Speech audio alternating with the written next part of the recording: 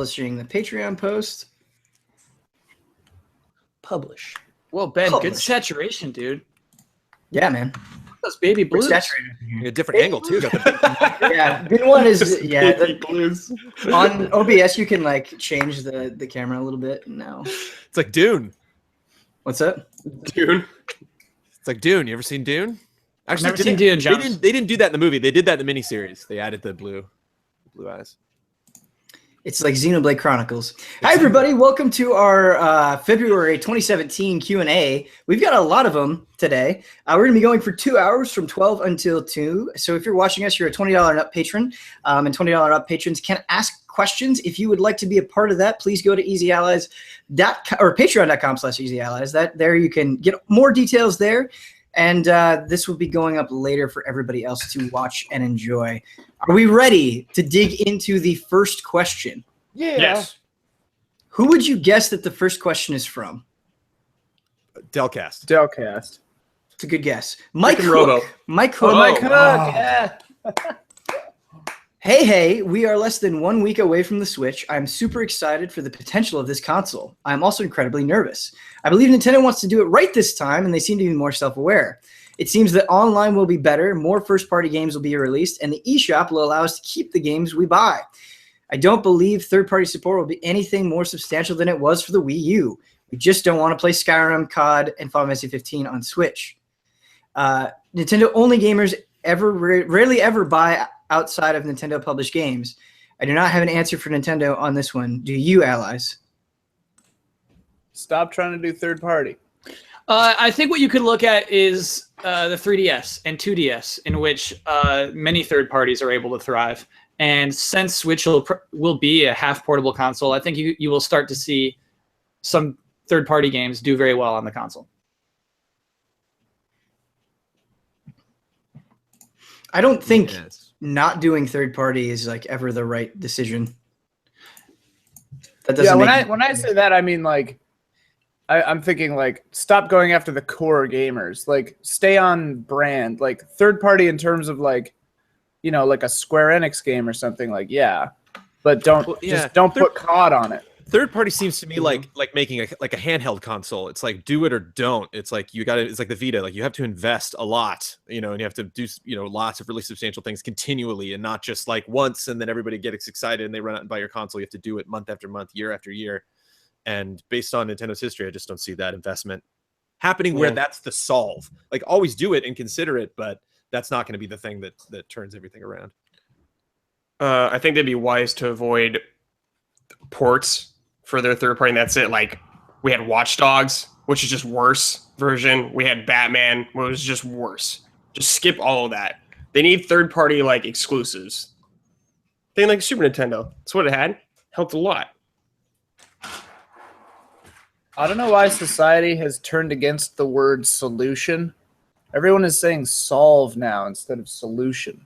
It's just shorter. I guess. Those syllables, man. Yeah. I'll start saying solution for you, Ian. Yeah, I got nothing on the Switch. You guys pretty much nailed it. But does King Kong have anything on you, Hubert? Probably. King Kong's very big ape. You do like apes. Hubert, Yo, quick Q&A for you. Have you watched episode 1 of Training Day? no. Wait, did you just get a reference, Kyle? I just got a reference, baby, Oh my because God. that line was in the trailer. Yeah. Kyle's got a really good trailer memory. He doesn't remember anything else. But Yeah, I just hope we get some sweet Switch third-party exclusives like, Bayonetta 2 style. Yep. Like get really good creators, really good directors, When Suda came on stage and said he was making something for the Switch, that's very exciting.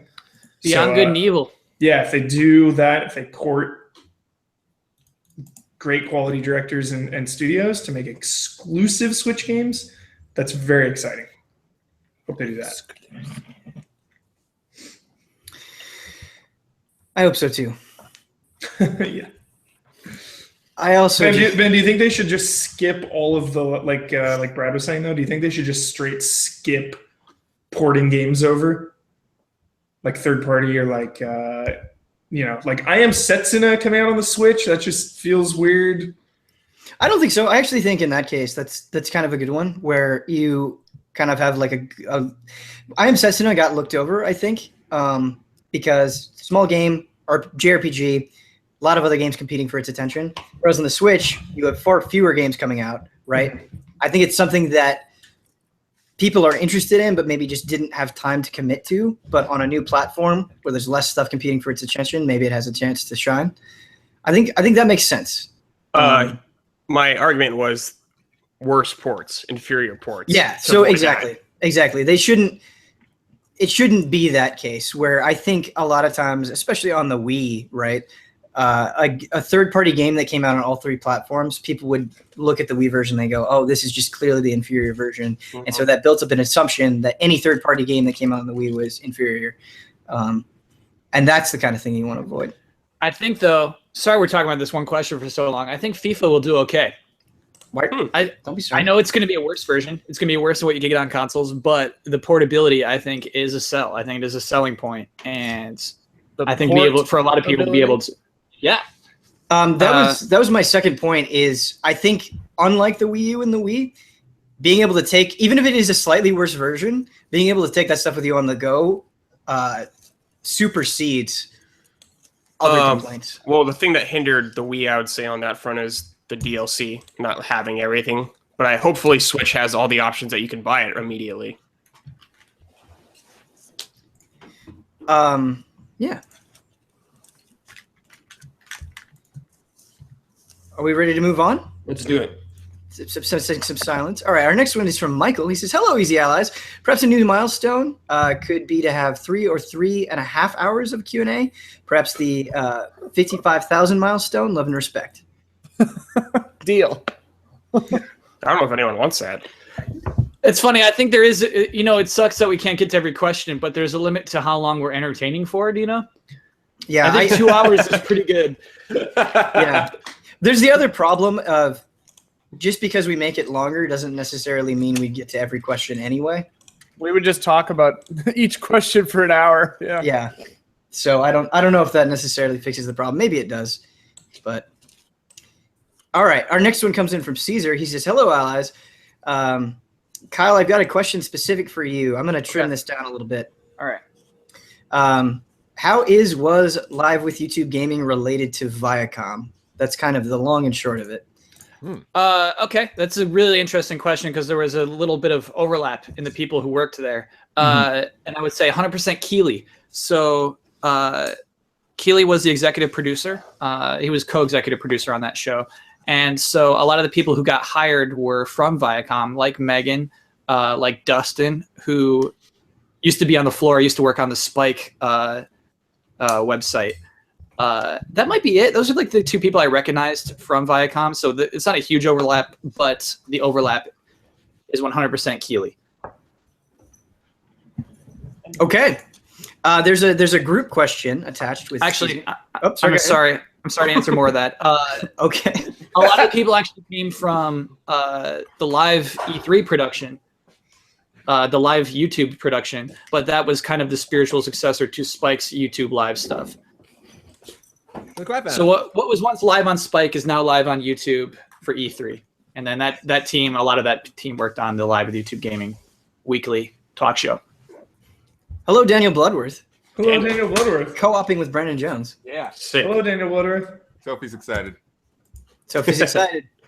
Excellent. Like I was saying, there's a group question associated with the first part of Caesar's comment. This one's easy. Raise your hand if you have a Switch pre-order.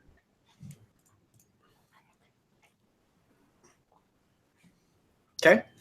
Raise your hand if you don't have a pre-order but are considering getting a Switch. Ooh, Jonesy. I got baby. I got knocked out by the missus. You got knocked out? I got knocked out. I got totally blindsided. I was just making a pass through the house, and she was like, "We're getting the Switch, right?" I'm like, "No." I didn't have a pre-order, and she was like, "But Zelda," and I'm like, "Skyward Sword's on the Wii U. Didn't play that," and she was just like, "I really want to play this one." I'm like, "All right." Well, I mean, Jones, Damiani's got to give up the Easy Ally Switch eventually. You can just have that one. Yeah, maybe. Okay. Yeah, I mean, he pre-ordered 3 of them. Where is he right now? Stealing company resources. Help yourself. Yeah, we just have to figure out how to link it up to a Link it up. Get it? Don't worry about that yet, Blood. No virtual console support at launch. What? You didn't see that? Oh! That was like when Leia found out her planet was going to get blown up. That was like actually- that what right there. What? That is actually in a way somewhat good news to me. Because it gives me hope that they're actually going to do something different. Oh Yeah. my god! I can't even believe this. They're not ready. They're not ready. How still. are they not ready? They're still not ready. How could he not do virtual console? All right, I'm getting heated. We gotta move on. We gotta move on. The next question is from Alexander. Greetings from Russia. It's Tuesday. It's Tuesday's group stream, and you're almost done with presents. Brandon tears open the last package, and a photo with a note is inside, and he falls on his knees. He picks up the photo. It shows a well-preserved medieval castle surrounded by lovely hills, a river, and a sea in the distance. Yes. Then Brandon starts reading the note. Turns out one very passionate fan wants you to have a studio so badly that he decided to gift his castle to Easy Allies. He also wants this castle to be alive, so he asks you to move into it. You think about it for several days and finally decide to go for it. Which part of the castle will each one of you pick as a living quarters and which as a workplace? Tallest tower, living point. Was there any implication it's a haunted castle? Yeah, I'm living in the dungeon. No, I would have given you all of the details. There's no hauntedness about it. I'm living straight in the dungeon. And I want like a big iron lock on my door. And I want a lot of like science beakers and vials. So you want Frankenstein's lab? Yeah, and I want like smoke coming out of like a fog machine. In your you work come in area? and you just can't see. Your work area could be the torture room. Imagine you were sitting over in a dungeon, like Well, I'm into this the idea. armor it'd be like too. Tales from the Crypt. Like every time checking in with you ever. Yeah, I've always been spooked by the concept of having like a massive bedroom. Like, what if your bedroom was huge? Yeah. You know? Like, what if like where you slept was just like a bed inside a just gigantic? I don't know if I could do that. So I'd still want a smaller room, but definitely window. I would probably second floor at least.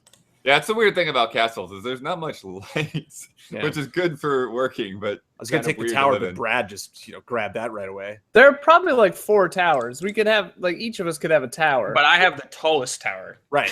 they're all the But same do you have height. the whole tower, or is there going to be rooms on multiple I've just levels? professed my Depends on love for the width towers. of the tower, right? Right? Yeah. Is it I can't just the sleep stair- below anyone else. I want the grand library. That's what I want. Nice pick. Ooh, I will nice live more pick. there. Good pick. You're like the librarian from Symphony of the Night, Ben. Welcome. Can I have talking books? Is that Hell yeah. Yeah. is that game? Thank you.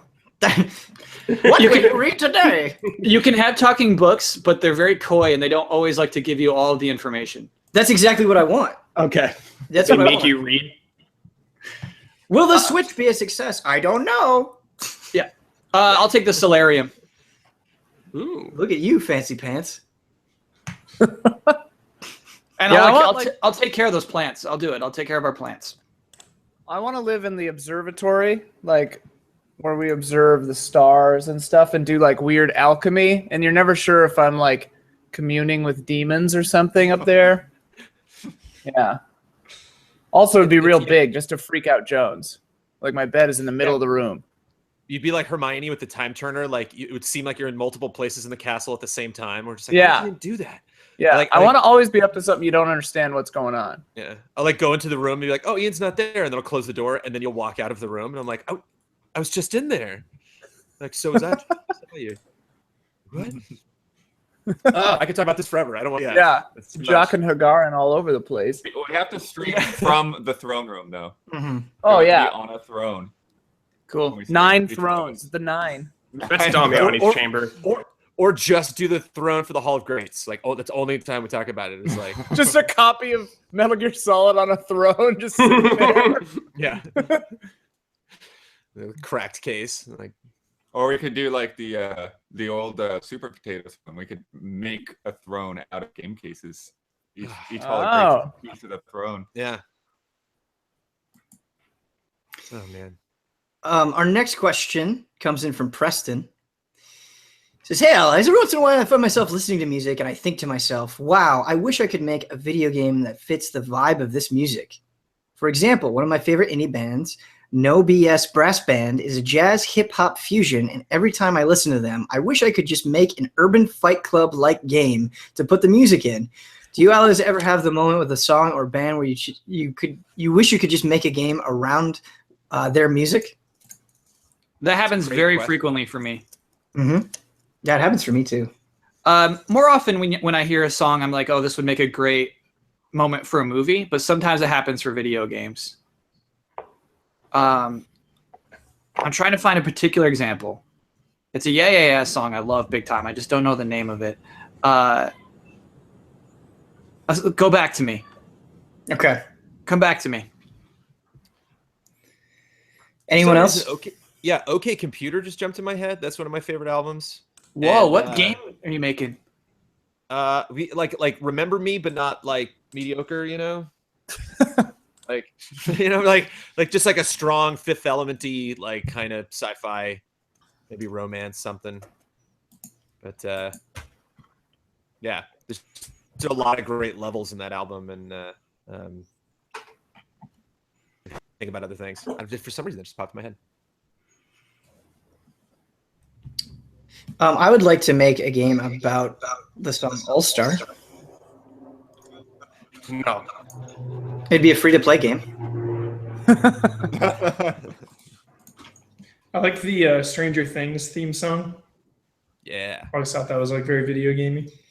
The only When I was- problem yeah. with that for me is I would just associate it with Stranger Things. Yeah, it's true. But I mean, like that kind of music, like Carpenter Brute or John Carpenter music, like every time I listen to that, I'm like, yeah, I could be going through like a ghost house right now in the 80s or something. But I feel like that kind of vibe has been kind of overused in brawlers and fighters and stuff, especially since Hotline Miami. Yeah. It is So a good vibe, though. Yeah, it's a great Blood vibe. Dragon. But I really like. I mean, I like Kyle. Like, I think of TV and movies a lot, but there's some cool Dawn of MIDI or Agnes Obel stuff that would be kind of a neat vibe. You could mix genres up like that, or the soundtrack from the Nick, how they mash synth music with 1900s. Doing that kind of stuff would be really cool. Like the Order 18 whatever, but like it's synth music. That could be really cool. Castlevania. Oh man. Whenever I listen to like Bossa Nova or something, I just think about Animal Crossing and how great that would fit into that. Like going around town, like on a beach or something like that, collecting seashells and fishing. Oh, I'm a big fan of Starflyer 59 and that stuff. I mean, he's a truck driver, so like it's perfect like to have on the road when you're on a road trip. So yeah, having some of that music and like something akin to riding around in the car in Final Fantasy 15, but like more of a whole game of that with more control over the car, of course. Yeah, I don't know what that game would look like, but it'd be interesting. So basically, I want to make a rhythm-based game where you're piloting a jet that's not bullet hell, and so it is just a really cool, like you're flying, and it's not super hard. It's not just like, but it's like pleasant, nice music, and you're just doing cool things in your jet. like a Pilot Wings thing. Yeah, but even Pilot Wings is stressful, dude. I want a no-stress flying game. So Pilot Wings on easy though. Sure. Okay. Pilot Wings on easy with sick music. Awesome. That sounds jolly. Pilot Wings jetpack. There's no stress there. That's just. There's a lot of stress in Jetpack. What do you mean? I love that. Trying to get the With that mode 7, man, on Super Nintendo, I would do that that was like before Grand Theft Auto. I would just fly around. Be like, look at this little environment. I can just go wherever I want. Open world. Open world, baby. Kyle, put Pilot Wings 64 on the voting list for Stream Tuesday. We're doing a Wii U send-off. Oh yeah, never mind. I want to play Pilot Wings now. We have a comment from Adam Mulaney. He says, hey, allies, Huber and Don have both recently admitted that they wanted to be professional rally drivers when they were younger. There must be a dirt rally on PSVR face-off between these two. Make it happen. Adam. Kyle's got it now. I'd rather play co-op and That's what I was use gonna the say. I think navigator. they would be co-op. We can do yeah. that actually. The game has that mode where somebody is in VR inside the car and the other person is actually feeding directions to them. Yes. Oh man. Whoa. Yep. Wait, which role would each of you be? I'd let Don decide Switch it off. because it's Don. Switch it off. You both want to be the driver. Let's Yeah. be honest. Yeah, we'd do both then. Okay. No, you got to commit to the role. There's no switching off. This is serious I business. do like Don laying down the law of like where to go. Like I do like Don Yeah. just like take a right. Like And Huber, I feel like you would put complete trust in him. Yeah. Like there wouldn't be any doubt or confusion. Yeah, I whatsoever. think I'd be a little nervous. I feel like Hubert would read the wrong line. It's like, oh wait, not the one before. That's true. I'd be like, I meant left. I meant left. That's good. Our next question comes in from Rickham Robo. Hey, what up, allies? You each arrive home and discover a dead body in your living room. wow. Again? That escalated quickly. Yeah. Is it a stranger? Before you can do anything, the police have arrived and it appears you've been framed for murder. Oh dear. Except for Kyle. Kyle actually did it and has been caught. That's in the question. Did not add that. Yep. Trial goes poorly and you are now on death row. No. Before you are executed by way of electric chair, you are granted three things. The first, you are allowed to play one last game to completion, Okay. whether an old classic or a game unreleased before you were arrested. 2, a last meal. Be as wild as you want. 3, your final words. I have this. I've got. World of Warcraft's my game. Yeah, pick a game that like never ends. Yeah, exactly. Pick an MMO. I mean, that's death row anyways, but you know. Sorry, that's a choose it. For me, first one would be Knack. I would want to do a final evaluation on Knack to settle it once and for all. Oh my god. My last meal would be Sujita, and my final words would be still a 5.0. He died on a meme. He died the way he lived. I lived on a meme, yeah. So wait, it's last meal, last game, and last Word. Last game, last meal, last words. words. My last game would be Resident Evil 2, just for old time's sake. My last meal would be a Big Mac. And my last words, obviously, would be "Take me to Valhalla."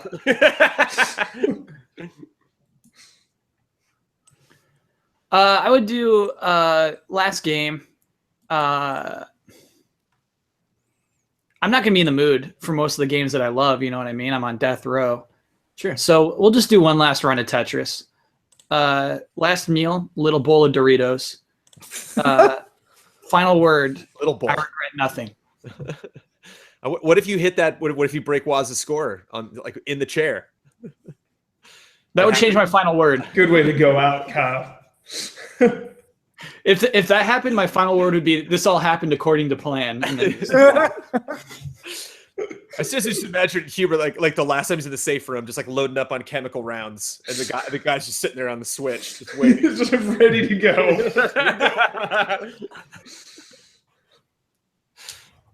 One last time. Yeah, World of Warcraft, something cheesy. Just something with noodles and just lots of cheese on it. And cheers, definitely.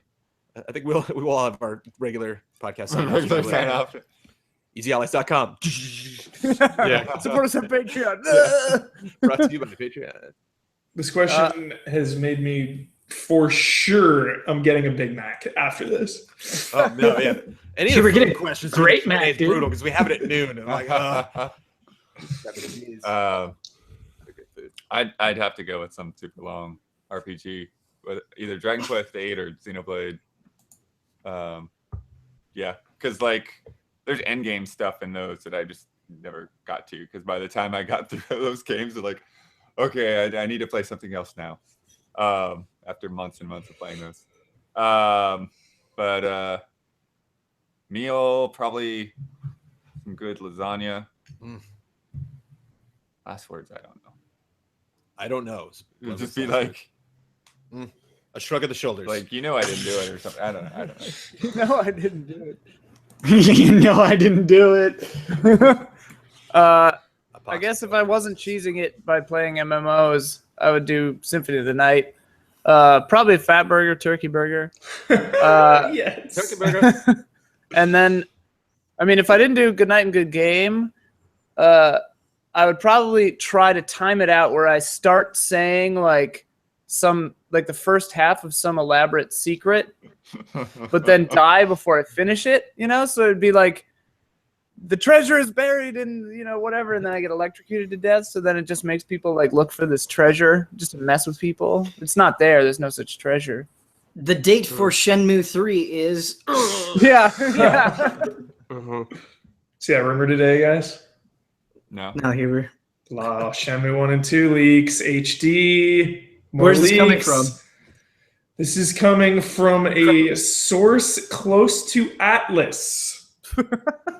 Okay. Is the source. Happening. Fantasy 7. Pizza. Final word would be geostigma. Good final word. Good final word. Our next one comes in from Hudson. He says, Allies. My first game I can remember playing was Riven, the sequel to Myst, with my father when I was very young. Wow. Nice. And the first game I played on my own was Pokemon Gold on Game Boy Advance and Spyro Year of the Dragon on console. Fast forward to today, and I feel like I might have an unconscious inclination to buy and play adventure games and RPGs instead of horror games or action games or fighting games. I feel like this is because of my earliest memories of exploration and wonder brought on by my first gaming experiences. So, what are your earliest video gaming experiences that you really dug into? Something you played for hours, not just something you played for 10 minutes in a friend's basement. And do you think they shaped how you approach and play games today? This is a very thoughtful question. Thank you, Hudson. I mean, I for sure had a similar situation. I played Myst and Riven and all that with my dad and Zork Nemesis and stuff. The earliest game I remember, I think, was called Gopher on the really early DOS, but like, I think that definitely colored my current tastes a lot. You know, I love puzzle games like that and stuff. Makes me think of those happy times. I feel like Mario is the reason. You get up in the morning? Yeah, it is. Mario, like the fact that I grew up with Mario just has made me associate Mario with video games. Like to me, Mario is video games. I think Mario made you a jolly person. Probably that music, bopping on Goombas. Yeah. It was just a good way to grow up. It was a good game to grow up with. It did, and it made me like more easygoing with video games. I don't know. There's something just so easygoing with Mario. Just going through and having fun. That's what it was all about. Totally. Well, the earliest stuff I remember would definitely be like Pac-Man in the bar and like Atari 2600 stuff. But there's nothing from an Atari that like really stands out. It's like, oh, that was a formative game. I think I did a video you could look up a while back with Bloodworth's first RPG for Legacy of the Ancients. And Dude, sick episode, Blood. I think that is definitely something that colors the way I look at games and just the exploration involved in that. And what was funny is like all the anti-piracy things they had back then, and so there was like a code wheel, like whenever you I forget if it was when you entered the museum or left the museum. I think it was when you entered the museum, so you had to like line up these codes to type in something. There's a lot of that kind of thing on the Commodore 64. But yeah, I mean, that game just gave you a lot of freedom. You could rob the bank if you wanted. You had to, and at the same time, like when you went into a dungeon, you had to be prepared. You had to bring enough food to survive it. And Bloodworth, cool did stuff. you start this by saying my earliest gaming memory was Pac-Man at the bar? Yeah. Cool. Paints a very interesting, like, Cool. picturing like little Bloodworth like at the bar. Oh man. Yeah, the bar had, I remember Pac-Man, and of course there's the video poker thing, and then some kind of, I don't know, shuffleboard thing. There's like there's like a table with these things that slid back and forth. I forget. Oh yeah. And of course pool tables and stuff. Yeah. I can't remember a specific genre really taking me away when I was a kid. It's just games in general, really anything. I remember not taking to text stuff because I played a lot on the Apple IIe. So I played like King's Quest, and there was a Hobbit RPG, and I remember anything that involved like kind of sussing out text and interfacing with the game that way. I just like gave up on. It's like, no, I've actually physically want to move things and like, blow stuff up. My first game was Mega Man 2, and thinking about it, I really do think it shaped what I'm into now and what I favor. Because I remember the thing that stuck out to me in Mega Man 2 is that I was very bad at it, and the character design I loved. I loved how every single enemy in that game looked. I loved the little yellow hat thing that would peek up. I loved like the giant tiger that would shoot fire. And I was just so fascinated with this world without any dialogue or anything like that. And I think it kind of like drew me to that aesthetic, and that from that I found out like other Japanese games and things like that. Man, the character design in Mega Man is unreal. Yeah, Ben, I legit spent like a whole summer at least drawing Mega Man 2 art. Yep. From Nintendo Power. Blood, you still got that? I don't know where it is. Oh boy, that'd be a treasure, dude. Actually, I think it might be in my portfolio. There is a sketchbook that got lost, which I'm still really bitter about. That had a lot of stuff I drew from Final Fantasy VI. We should save that as a stretch goal, and then like Bloodworth will reveal his art live. Yeah, That'd be really cool. I do think I have the Mega Man and Super Metroid stuff still. Very cool. The game for me was obviously Legend of Zelda. I think it was the first game I played where you didn't just go from left to right, like a platform or something like that, in the sense of a huge open world. And I just love the sense of the freedom, the exploration, sweet boss fights, all the magic swords, everything like that. Right up my alley. And I would say it carries over to games I like today, like Souls games, like exploration and their difficulty and everything like that too. It's weird. I get the hypothesis of the question, and that like the games that you first really put all your time into are the games that you continue to love for the rest of your life. Though I like, it took me a long time to like become good at video games. Like I didn't beat any games until my teens. But I did. I mean, I skipped the whole Super Nintendo phase. But even like during the Super Nintendo phase, I would like draw games. I would like draw my own games and like create fighting game characters for my own fighting game and stuff like that. And so it's really weird to think like I never owned a fighting game, but loved fighting games and things.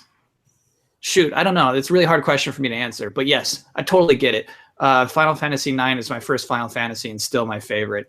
And like Mario 3 is probably still my favorite Mario, but so up there with Galaxy and 64. But I get it. I'm like there. I'm there with those two games in particular. Yeah. Final Fantasy IX is objectively the best Final Fantasy, so for sure. Good call. One of the greats. Not yet, Jones. Mm-hmm. We can't throw that term around lightly anymore. I know. Okay. Sorry, did everybody go? Are we ready to move on? Did you go, Ian? Yeah. Okay. Okay. Ian did. It was about puzzle games. Yeah. Okay. I'm sorry. Next one is from Delcast. He says, "Hey, Allies. Seriously, do you guys ever wonder what normal people who don't play video games do with their lives? Take up knitting?" I think Jones and Ian deserve credit for guessing Delcast, and he ended up being like 5. Yeah. Nah. I guess Rick and Robo, and he was before that. Nice. Yeah. Okay. Sorry, Brad. Come on. I didn't hear your guess. Brad. Is Good that guess. Something I missed. Oh yeah, that was Okay. that was early Q&A humor. No, it's not weird. I don't think people who don't play video games are weird. But that is a sobering realization though every time that you're just like, oh yeah, most of the world does not care at all. Like I definitely, I'll think that when I look at random people sometimes. Like I'll be out in the public and somebody will walk past me and I'm like, you've never played a video game in your life, have you? And there's nothing wrong about that. It's just like that's fascinating, I'm trying to get. No, who are you looking at? Who's that person? Just someone who's clearly like maybe like a sports guy. It's like. It's just Sure. someone's wearing like a sports shirt or something. I can tell he's like with the whole family, like they all got sports shirts on. I'm just They play Madden. yeah, Yeah, that guy plays Madden. maybe I don't know. He's a John Carpenter. I always I don't know if this ever happens to you guys, but like when I start talking to people about what I do, like I get people that apologize to me for not playing video games. I'm like, it's fine. Like, I can have a conversation with you. It's fine. I know I'm behind the times.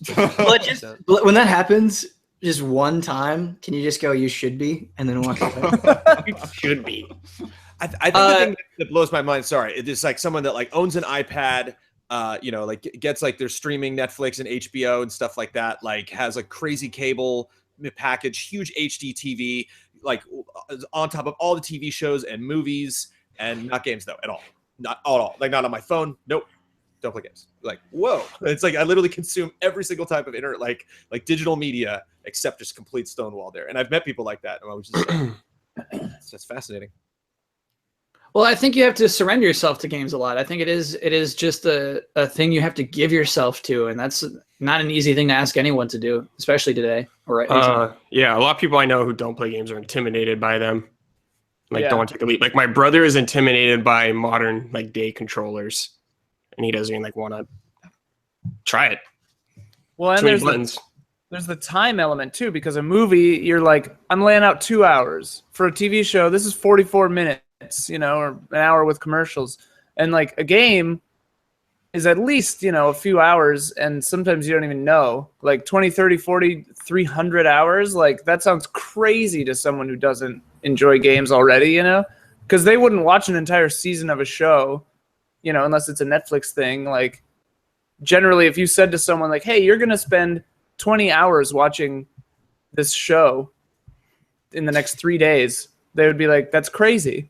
Do you know what I think would be really sobering though? Is how in MMOs you can go like /time played, and it will tell you exactly how much time you've been spending, like all time this week, this month. If you could do sort of like a / activity on your life and see how much time you spend doing every little thing, how much time you spend watching Netflix, how much time you spend playing video games, how much time you spend looking on the internet, and I wonder if that would have any effect on people and how they go about their lives. Definitely. Yeah. Cool. Our next question is from Leaf. I believe that's how you pronounce that. Hi, allies. This is about the idea of exclusives. On PC, it's scarcely a thing. And on Xbox One, it doesn't happen very often anymore. But Sony and Nintendo do have a lot of them. How much do you think does this not exactly consumer-friendly practice affect the relevance of the different platforms? It naturally is the financier's choice, and ports aren't always promising, but it's just sad for gamers who don't have access to the requisite platforms, or for games that end up constricted by the system. Ouch, that is a pointed question. Games that end up restricted by the system. We got a Bayonetta 2 question right here. Yeah, it's a business. No, so I want don't. You to buy the console. I don't feel bad for anyone that Bayonetta 2 will only be on Wii U. I don't feel bad. I think it's fine. That game would not have happened unless Nintendo said, we need this to promote our console. Let's invest money into it. Mm-hmm. Sometimes games happen because they are exclusives. I'm sorry, this question set me off. Yeah, it's kind of set me off too. I kind of feel like, you might not like this, but I kind of feel like exclusives are like a game for the top dog and for the bottom dog. Like if you're living in the middle, like Xbox One is like kind of middle ground success-wise, sales-wise right now. And like they're doing this Windows tie-over thing, but like Sony's on top, riding high, so they can afford it. And then Nintendo or whoever's on the bottom rung at the time has to try to court exclusives to try to like entice people. I mean, I think it's always about enticing, but it's kind of interesting how it's one of those things where like you don't see a lot of middle ground players in this. It's just like whoever's on top gets good exclusives, and then who's ever on bottom pays through the nose to try to trick people into buying their garbage. I get you there because there are some Sony exclusives from the last 2 months that they didn't pay for that were just incidental exclusives because it's a huge platform. I get you there. But I mean, even saying that PC doesn't have exclusives anymore is flatly wrong. It's very wrong. Yeah. So, I mean, there are a lot of PC exclusives that are just PC exclusives because they don't work or run on consoles. Yeah. Right. But that's still an exclusive game. Right. Mm-hmm. You may not be getting ads for these PC centric games during like the NBA Finals or whatever, but it doesn't mean like there are probably, if you really want to drill down, there are a lot more exclusive PC games than on any other platform. Thousands more. Yeah, I think where I fall on it, like I I don't understand why anyone is, quote unquote, upset over, like, say, Sony or Nintendo making games for their platform and then not publishing them on another platform. Like, Nintendo, like, it's their platform. They want their platform to succeed. They know their platform the best, so they can get the most out of it. They don't have to go through all these hurdles to try to, like, program around a bunch of other factors. So you can, that's why sometimes exclusives can be the best games, and like a PS4 game can outshine a PC game, is because those developers, like, really have everything they need to know about that specific hardware. Where I'm not too fond of exclusives is like the Tomb Raider deal. Right. Where it's like, here's a game that everyone knows would have been multi-platform, except somebody wrote a fat check to make sure that doesn't happen until later. Yeah, I love exclusives for that reason. Sometimes because it's not compromised by having to work on 7 things and, like, having to work with the previous generation of games, or having to work on Wii U, or having to work on Xbox and thing, and it can't be on a Blu-ray because it doesn't have a thing, like back in the PS3 Xbox days. So, like, the game can't be more than 20 gigs, like that kind of stuff. Yeah, you can have better games if it's designed for one thing. I also totally agree with Bloodworth, and the idea of this anti-consumerism doesn't make any sense to me, because if you're making a game console, you want the best games to be on your platform. What good does it do you as Sony, and how does that help your consumers if you're like, well, we better like make these games and then put them out on other platforms? It just doesn't that doesn't add up in any way. Right. Sony wouldn't invest the money into making great games for their platform if they were going to be on other platforms. Right. So the consumers would lose. You would not have the games that you have today.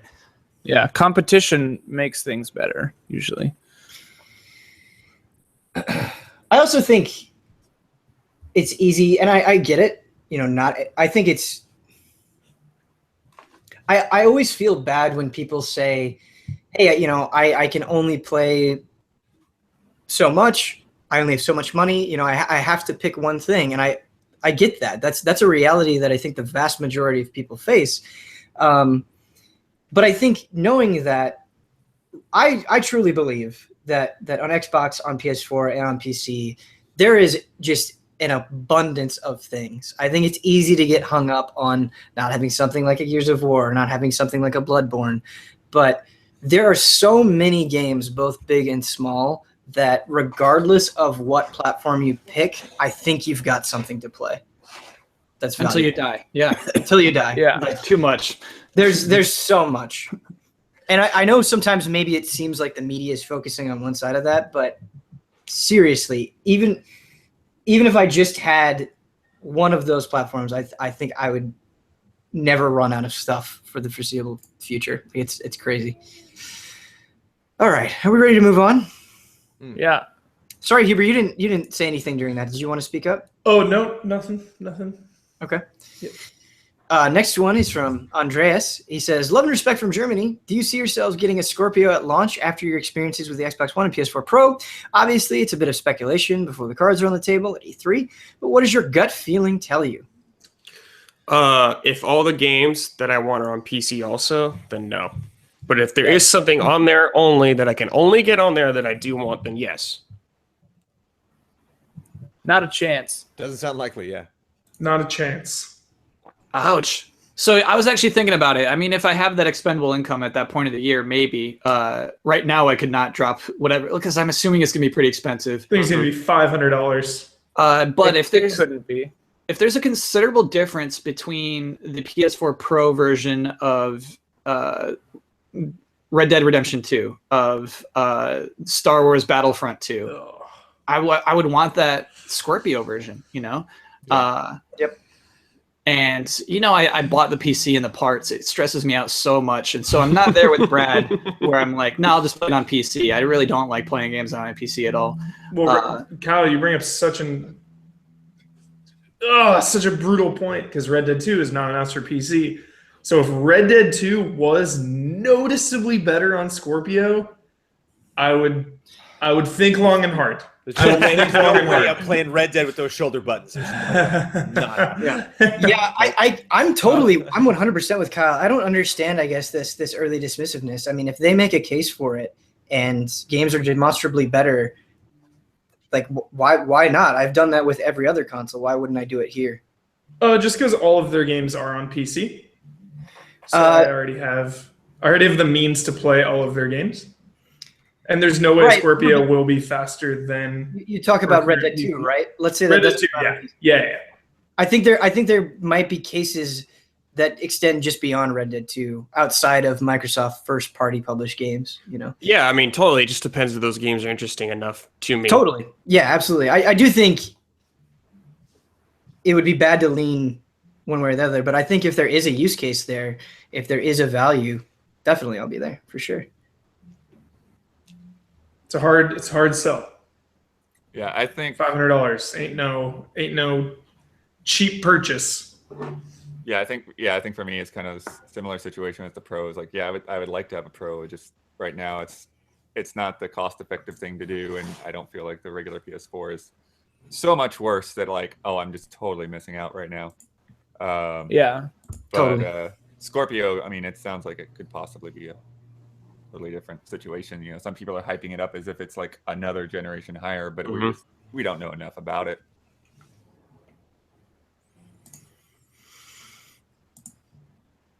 Okay. I feel like these questions are bringing out some pretty intense emotions in us. I like it. Did y'all hear the guitar? My neighbor started playing guitar. It's happened. Yeah. No, I kind of want to though. Oh, they're so bad though. They're so bad. They're bad. They're bad. Okay. Outcast Writer. Love and respect, allies. I was going through a list of games for the Nintendo DS, and I noticed that the system supports Dragon Quest 4, 5, 6, and 9. Having never played any of the Dragon Quest games, I was wondering if you guys had a recommendation out of that list, or is it if it's hard to pick just one? Tell me on why I should play these games, what makes each one special. You guys got me so excited for 7 and 8, and they are on my must-buy list. I'm just wondering and hoping that the other installments in this story franchise are comparable to the epicness I've heard the allies extol upon 7 and 8. Dude, play 5. Play 5. Play 5. I was just going to say that. Might be the best one. It's What's fantastic. special about 5? So in 5, you play as you play an entire lifespan of one person. And so you start as a child and you grow up, and you would think that there would be big holes in the story, but it tells an incredibly emotional story. And the way that it handles romance, because you choose between two ladies, and since you've known them for your entire life, that choice has so much behind it.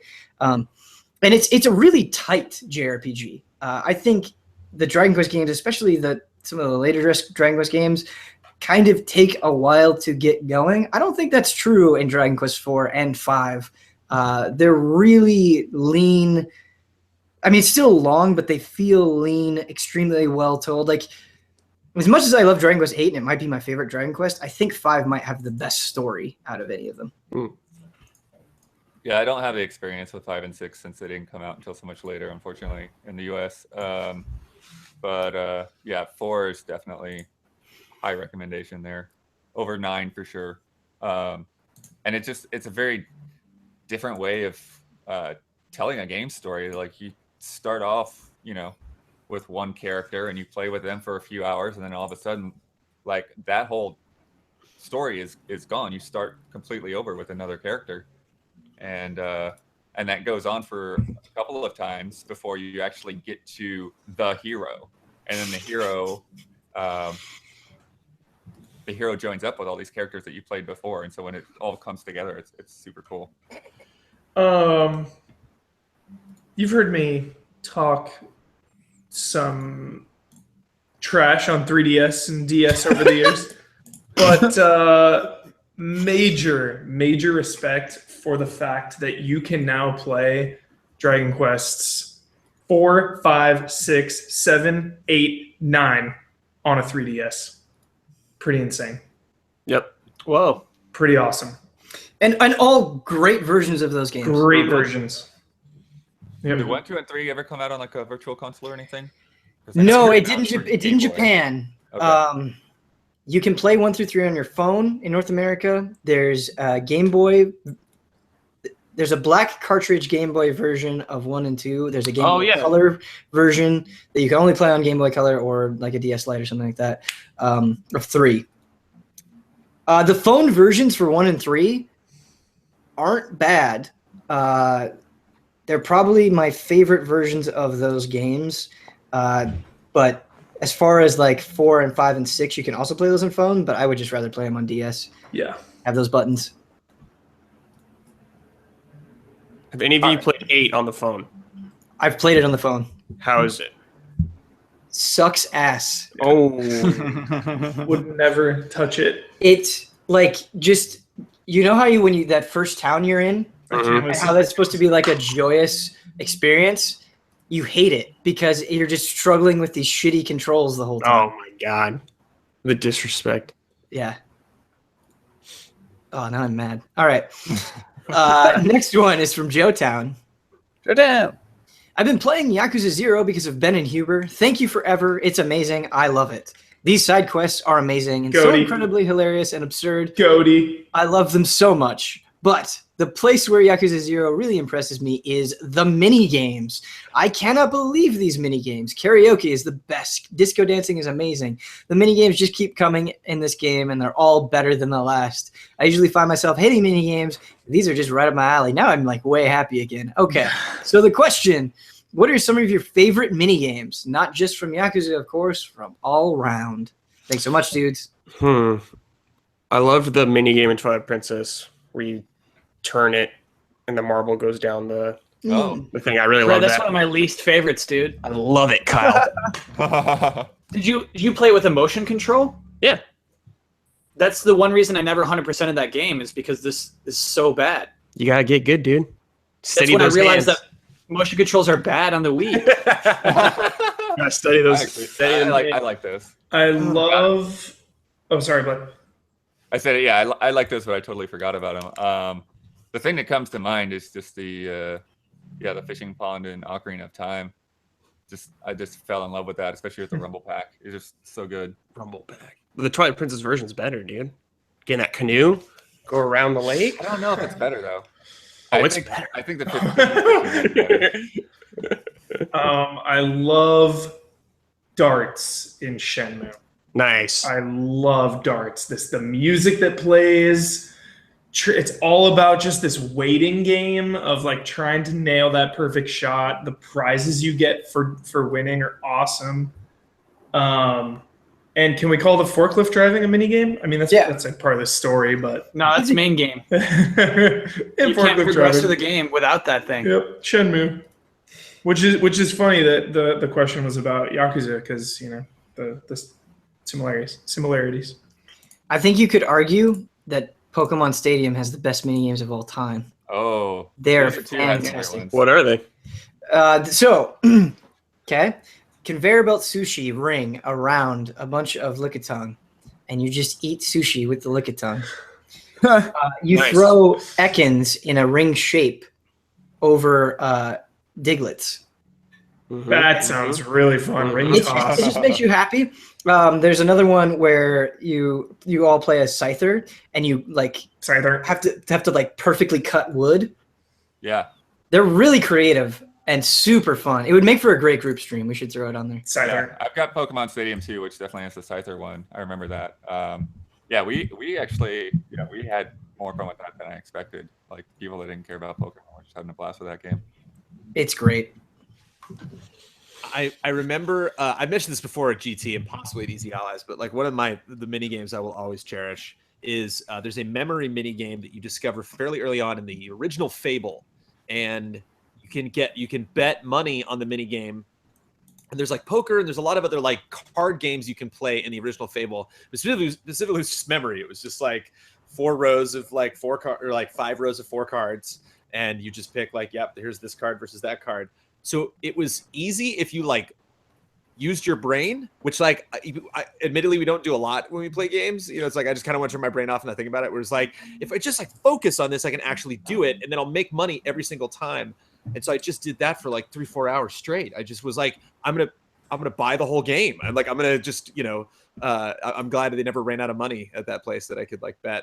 And I just kept playing that over and over and over again. But it was funny that like every 10th game I would lose because my brain would just get tired. It was like, I can't keep focusing on like memorizing what card versus another. Back to Legacy of the Ancients, they had blackjack in there. Nice. As well as they had this, I forget what it's called. It has some weird name, but it was basically like Plinko from The Price is Right, where you like a ball drops and you have to guess which bucket it's going to go into. Like, which in a video game is hilarious because like what?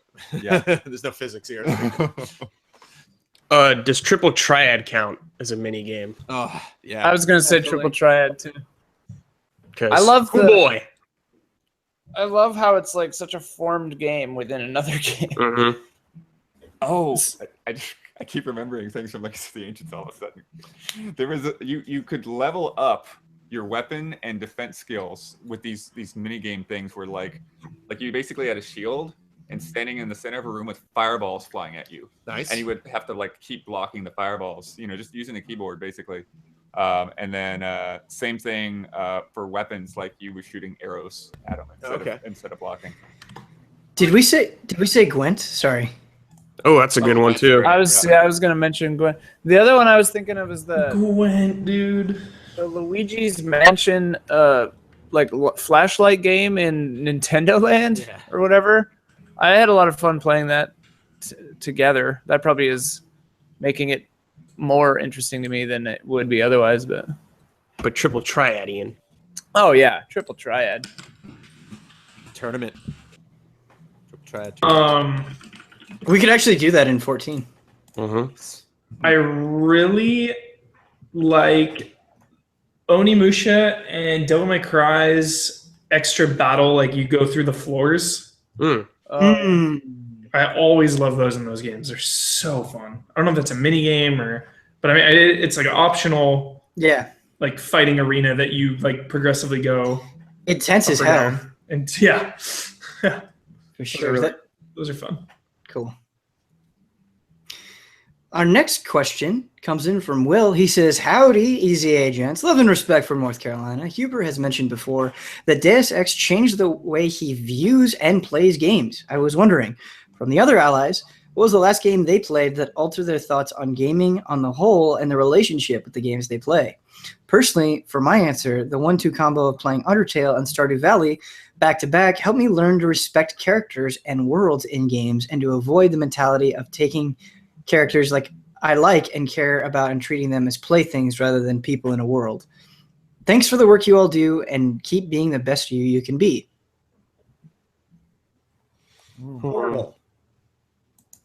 Oh yeah, Portal's good. Portal straight shook up my whole concept of what a video game could be because I not only went into it expecting like a little fun test thing, and I played an orange box, so I was just like, yeah, I'll try this one. Then was like, damn, that was almost better than Half-Life 2. Like that was like one of the best games I've ever played. But like before then, I'd played games that were like an hour or two. Like that wasn't a new concept. But a lot of times when I played games of that length, I got the feeling the developer would probably really want to do more than that. But like this is all I can do. Like this is my budget. This is or I just all time I have. I'm just gonna make this one game, and I'd rather make 5 games than like one huge game. Where when I played Portal, it was like, no, this is perfect. Like this is the game you wanted to make. Like if this game was 30 minutes longer, it wouldn't be good. That wouldn't help this game. Like this game is finished when it's over. And so that whole concept of like me being as satisfied playing a 3-hour game as I would playing a 40-hour game, like really finishing it and getting to credits and having the same exact fulfilled. Oh, that was fantastic. Like I'm totally putting that game on the shelf and moving on. And then like Journey and like other games since then, have also achieved that. But yeah, I remember just in the middle afternoon sitting in this garage, just being dumbfounded, like what? Because like there was just I had no friend that was like Portal, do it. I was like, oh, okay. Like I'd heard some rumblings, but like I just didn't know. Well, and Portal also like one of the best kind of like twists or whatever, where you use the mechanics of the game to like subvert the game itself. Oh man, I love that. Like that kind of stuff. That Shadow of the Colossus, that kind of is just incredible to me. The game that really destroyed my life though was Dark Souls, because it ruined every other video game for me forever.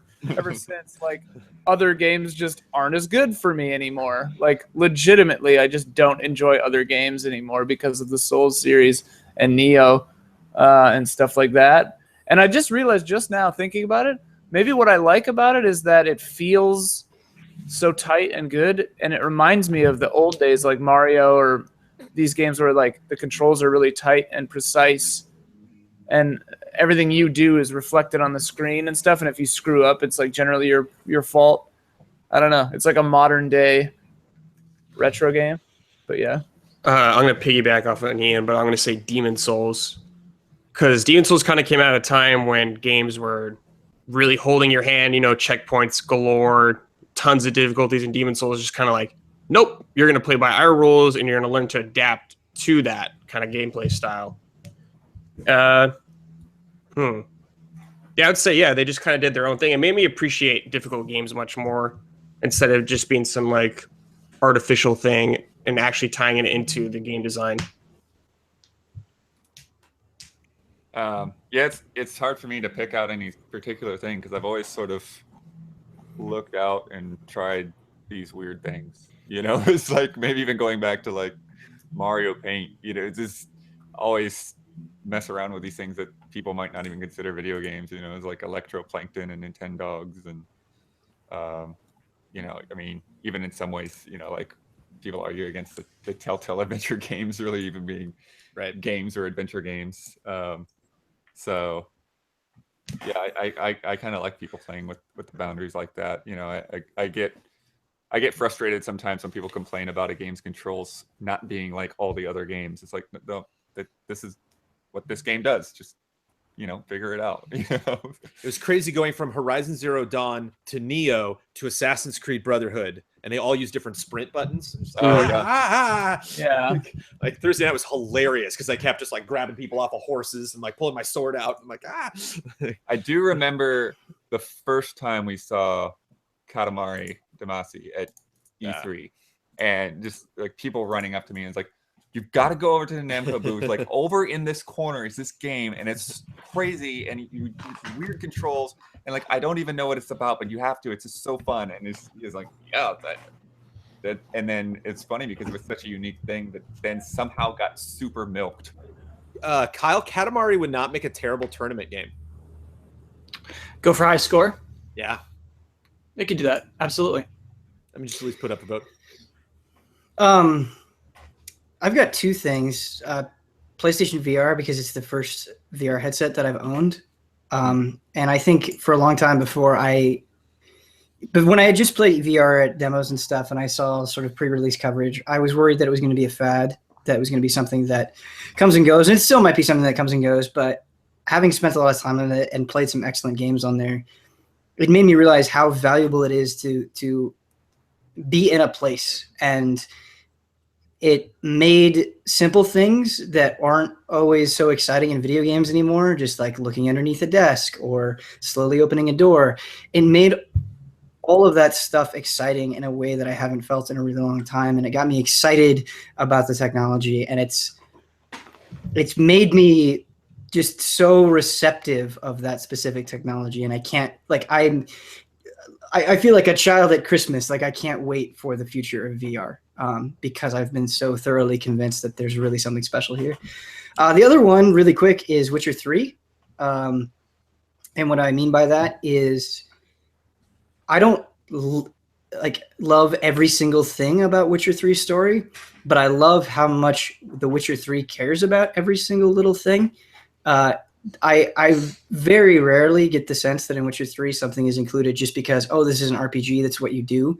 There's so much thought in the stories it tells and how many stories they tell and how well written it is. It just made me realize that a lot of times I probably am too light on my critiques of RPGs, where it's like, oh yeah, these side quests aren't very good, but that's what you expect. They got to fill this space. And it made me, Witcher 3 made me realize it doesn't have to be that way, that these things can be well written, that we can't excuse this just because it's a video game. Anybody else? We good? Is everybody?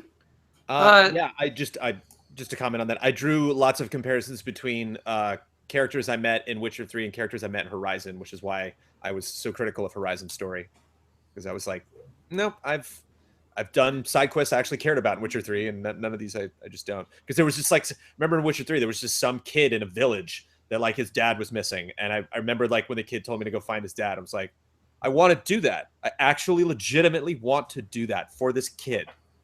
That doesn't happen very often in a video game. Yeah, because Zero does the same thing. Like, no, this is a real kid. Yeah. Yeah, because Zero, like the way they present them, you're just walking on the street and like someone is like getting bullied, you know? And it's like, well, I want to help this person. I just love that. We got a weird one. We all ready for a weird one? Ready for a weird one? Or I think we might make it weird. That might be a better way of saying it. This comes in from Lance. What is your favorite scent? Whoa. Linen. Lemon. Clean linen. Campfire. Cinnabon. Cinnabon? Oh, nice. Campfire's pretty rad. Yeah. I really like pipe smoke, and I've never enjoyed smoking a pipe. Like actual like Dude. Sherlock Holmes-y. Can I just say, Jones, I'm not advocating smoking or that you should smoke, but you could rock a pipe. That's all I'm Yeah, gonna say. Jones. You could rock a pipe. Stop telling Jones to smoke, guys. Hey, now, I'm just, Not to bring first time I'm bringing up Disneyland in the Q&A, but I've always been amazed that like Pirates has like a vibe. I remember being in a library one time somewhere and like I was like, Pirates. It smells like Pirates of the Caribbean. I mean, they absolutely pump scents into places. Oh, sure. But I mean, just that old. It's not like a chocolate. It's like Right. It's like an old. That's it. That's a very old building that's had water in it for 50 years. Yeah. There was this weird, I think it was like a Russian sage plant that we had outside my house, and I loved the way it smelled, and I can't really find it again. It's like a rare plant. I don't know. I also like lemon verbena, the plant. Yeah. Oh, coffee. Coffee. Good scent. Good Yeah. scent for sure. Fresh that's brew. vanilla coffee somebody sent us. Choice. Yeah. Choice. I think it smells like it now. It's great. I need to coffee. Also, Just watch Frame Trap. a newly opened video game. Yes, Huber. Oh, yeah. Yes, Smell. Huber. Oil. Oh, I love that smell. What about a newly opened pack of Magic cards? Okay, Yes. Brad. Yes. Okay, Brad. Yes. Absolutely. Another one I really like is when you get a big book Yeah. that's Oh, like yeah. all wrapped up, and then you open that big book and you crack it to open the pages. That smells really good. You get that Zelda book, Ben? I did get that Zelda book. It's pretty awesome. How's The it thing is smell, man? huge. Mhm. What's That's that? big. How's it smell? It smells like Hyrule. It smells like adventure. All right, so we didn't make that as weird as I thought we would. Next one comes in from Joseph. Hey, allies, since video games are a relatively expensive form of entertainment, we're selective with our purchases, only choosing to drop $60 on titles that we're confident will entertain us personally. While interactivity is what defines games, we all know there's so much more than just gameplay that influences our experiences. With that said, have any of the allies ever decided to buy a full-price game for themselves for a reason other than gameplay? For example, I bought Tetrasphere so I could listen to the soundtrack in Resident Evil Remake and Resident Evil Zero, mainly for those amazing pre-rendered graphics. Yeah. I bought The Last of Us on PS4 out of respect for the game, just to sit on my shelf. I've done that too. I've definitely purchased games just because I'm like, I want to own this. Like, I want them to have my money. I don't think anyone I don't think most people played the original Nier for how that game plays. I think that might in fact be the very last reason. That's correct, Ben. Yeah. I think I've bought Plants vs. Zombies 8 times. What? 8? Dude. Like phone Pager? No, the iPad. No, I think the iPad was a separate version because it was one of the first iPad games, and so like a lot now. I think when they release iPhone games, you can buy it both. So if you buy it on the iPhone, you can also download it on the iPad. This was like right when the iPad came out. So I think I bought Plants vs. Zombies on the Xbox 360, PC, iPhone, 3DS, iPad. Yeah. Kyle hates his life. Kyle, do you have to deal with that neighbor every day? It's so frustrating. Why doesn't he just use headphones? They're singing, dude. They're having band practice right now. Every day, Kyle. Do you have to I don't do hear it at all. And the thing is, like, they're like noodling. It's not just like playing chords. They're noodling. Kyle, I feel your pain, man. And there's a I've guy had terrible singing now. neighbors my whole life. Do you know what They're my bad. headcanon is? They're I've had bad and loud. Oh my God. My headcanon is that Kyle is secretly a part of the band. It makes me so mad.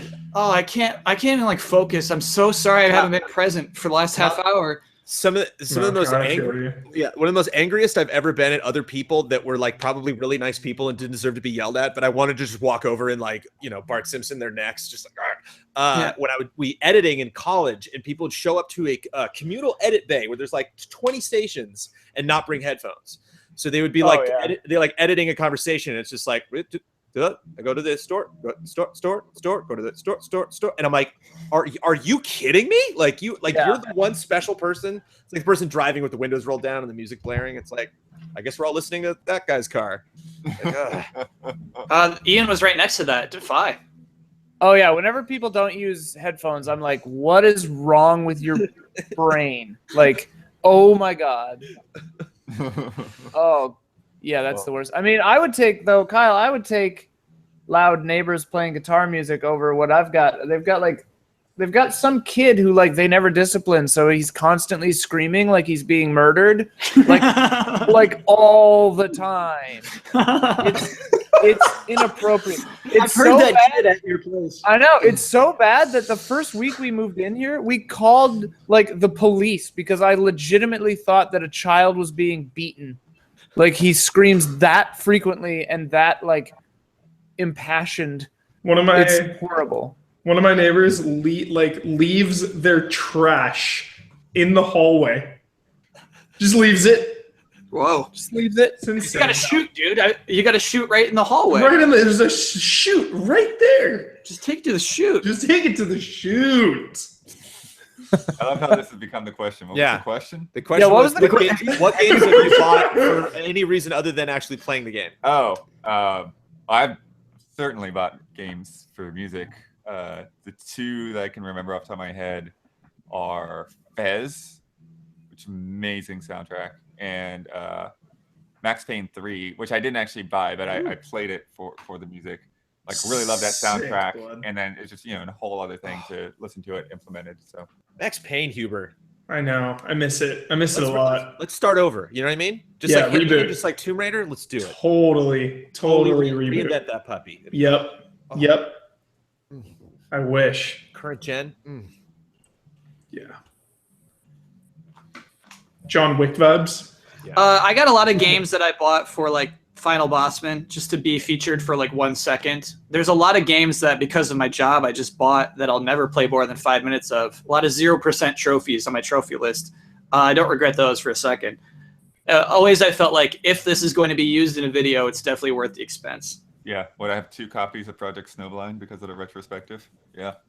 Ooh, I have a good one. I bought The Witness because of all you guys. I bought it just to try to understand it. I tried to understand the game and it beat me. So, Beat you? yeah, the game beat me. I'm not smart enough. I couldn't beat it. I couldn't do it, guys. I wish, because walking around in that game is awesome. But yeah, I didn't buy it to play it. I bought it to understand, which I understand how and why people love it. I just couldn't personally understand it. Like, I couldn't solve it. I couldn't find the solution, Ian. Yeah. To many of the puzzles. You gave it a fair shake, though. Fairest shake. Yeah. Huber gives games fair shakes, I feel like. Fair Yeah, shake. it totally does. I agree. Also, you used solve normally there. You didn't say, I couldn't find the solve. What's the solve to this puzzle? I don't know. We got to find the solve. Our next question comes in from Silent Consonant. He says, "Hey, allies. So we know how much a few of you love lore. Sometimes in video games, they're encyclopedic paragraphs of text telling you a story or the history of a character, thinking of something like Assassin's Creed.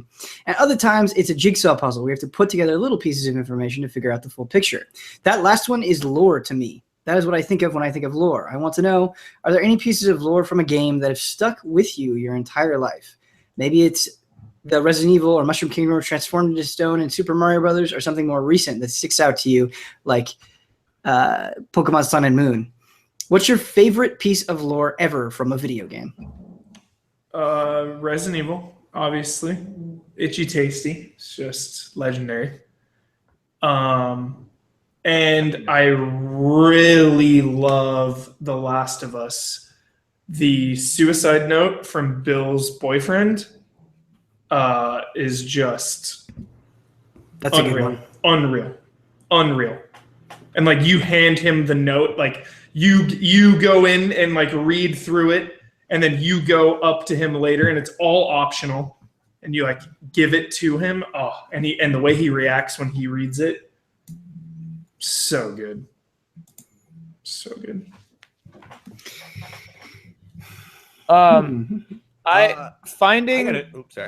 Finding Quelaag's sister in 3, Dark Souls 3, like turned to stone, just kind of under everything.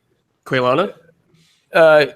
Yeah, although I think apparently like Quaylana was one of the other sisters, and she's not actually named. Very interesting.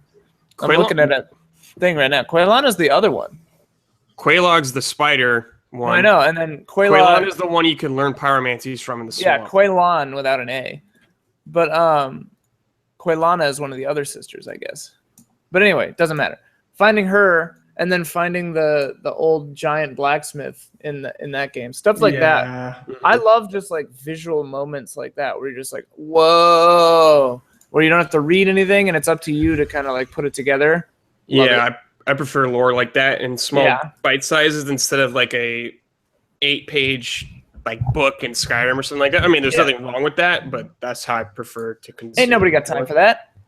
I mean, a lot of people do. Skyrim books, I totally check out on. I can't handle those. The guy.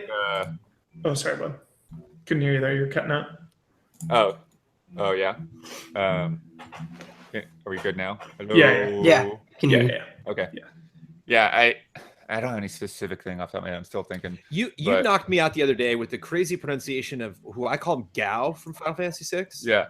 How did you pronounce it? No, I would just say Gao. You said Gao? I thought somebody threw out a crazy pronunciation of that. But I love meeting Gao's dad in Final Fantasy VI. Total side quest thing. Like it's in the world of ruin. You don't have to do it, and but you find out kind of like where he came from, and it's an interesting like closure on his character. And but just this kid that was just like abandoned by this crazy person.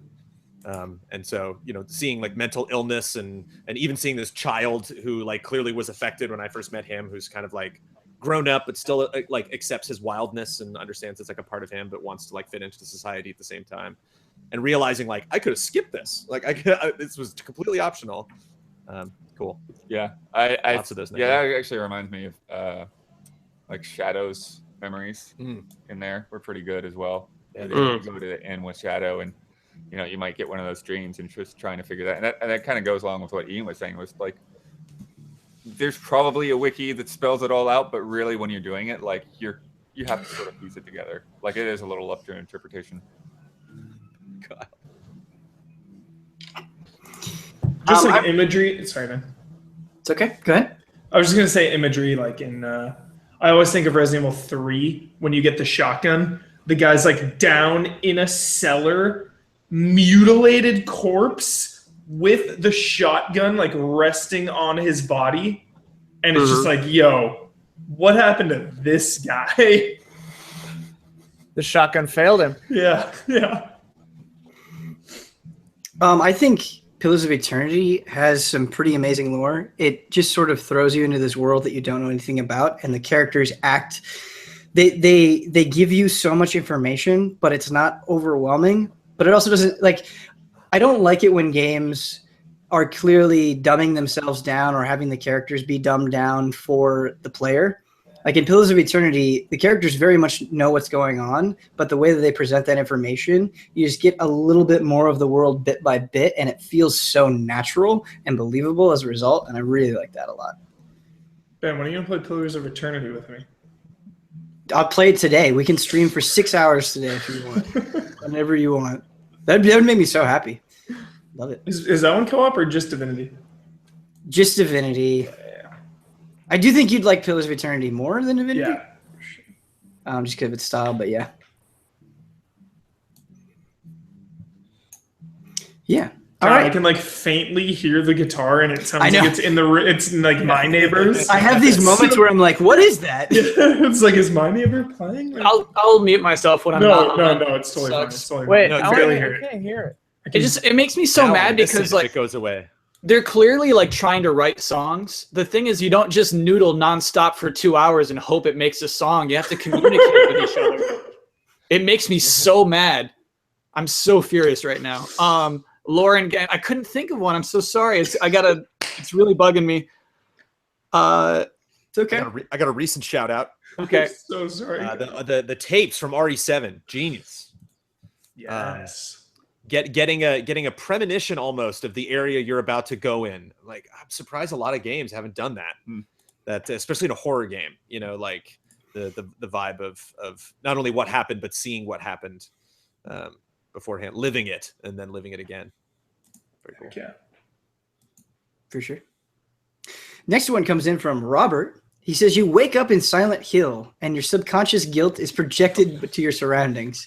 How does the town shape itself and the monsters within it to exploit your greatest self-doubts and fears? Holy cow. This is very personal. It's a fog filled with nothing but ungrateful patrons. It's like, where's community comments? Like, like the podcast is an hour late. Like, and every time the time moves really slowly, you know, or really fast, you know, and I'm just like trying to get something done. The clock's just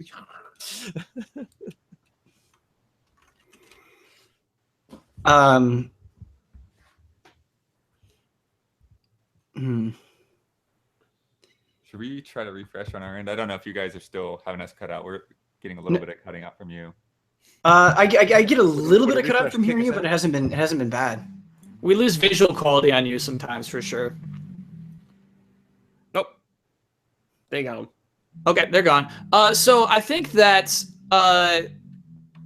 my guilt is all of the support I get, like leading up to where I am. You know what I mean? You know, I moved away from my family and everything to like come to LA to, you know, do great things. And so I don't feel like the things I've done are great yet. And, you know, I think that's where my guilt comes from. And so I guess it'd be like very supportive family members and friends in my Silent Hill.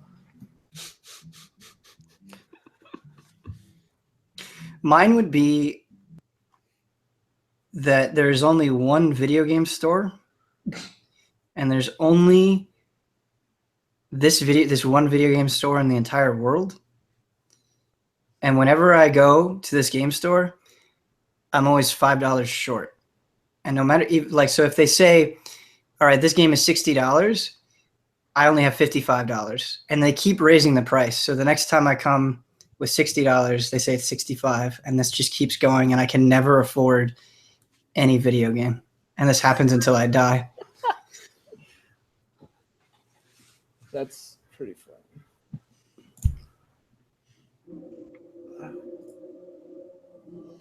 Yeah, I think it might be the backlog. Oh, sure. Games. play me. You didn't play me in 2015. It's a good one. It's a really good one.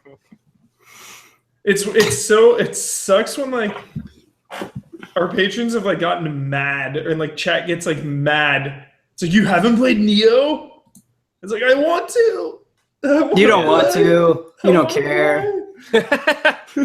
Neo's like the ultimate Huber game, though. That's the weirdest thing about it. Is like, this is like a better game than anything you've ever played, and like you hate it. Suppresses me. He doesn't I can't- care. I can't think of a joke. I can't think of a joke answer to this show or to this question. All mine are too real. Be real, man. Let's Give get us the real one. Get real. Oh no, I mean it would get into like, you know, like people pretending like they like you and then they don't. Dead mom stuff, body dysmorphia stuff. A lot of people that just like not listening, or like valuing you at all. You know, like that kind of stuff. Because I don't really feel guilty about a lot of stuff, but like there are definitely ways to get me. So, Ian, can I tell you a good joke from the live chat? sure. Ian's Silent Hill is just nonstop exposition. It's pretty good. Yeah, you never actually get to play. You never get to do anything. Fade to black, fade back up, another cutscene, fade to black, Yeah. fade. It's just a visual novel. Yeah. Yeah. But nothing's happening in the novel. Like Right. the story's not good.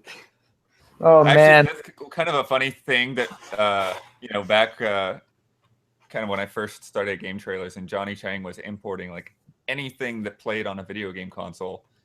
And so a lot of these games we didn't know what they were. And so some of them were visual novels and we're just waiting to like get gameplay and it was just not coming. It never came. Either Jeff Grubbs or Shane would be like, "Are you done with that yet?" Like, I don't know what I'm getting. All we've got is an intro cutscene and a bunch of still imagery. That's the game. It's funny. All right, we ready to move on? Yeah. All right, I'll take that as a yes. Next one comes in from Dinesh. Good evening from the UK allies. This week's incredible episode of Don's Discount Gaming and what Ian had been playing on Frame Trap got me wondering about the allies' retro gaming collections. What are the oldest consoles you each still own and what makes you hold on to them? Has there been a console you used to own in the past and wish you still had? I own all of my consoles, and the oldest one I have is NES.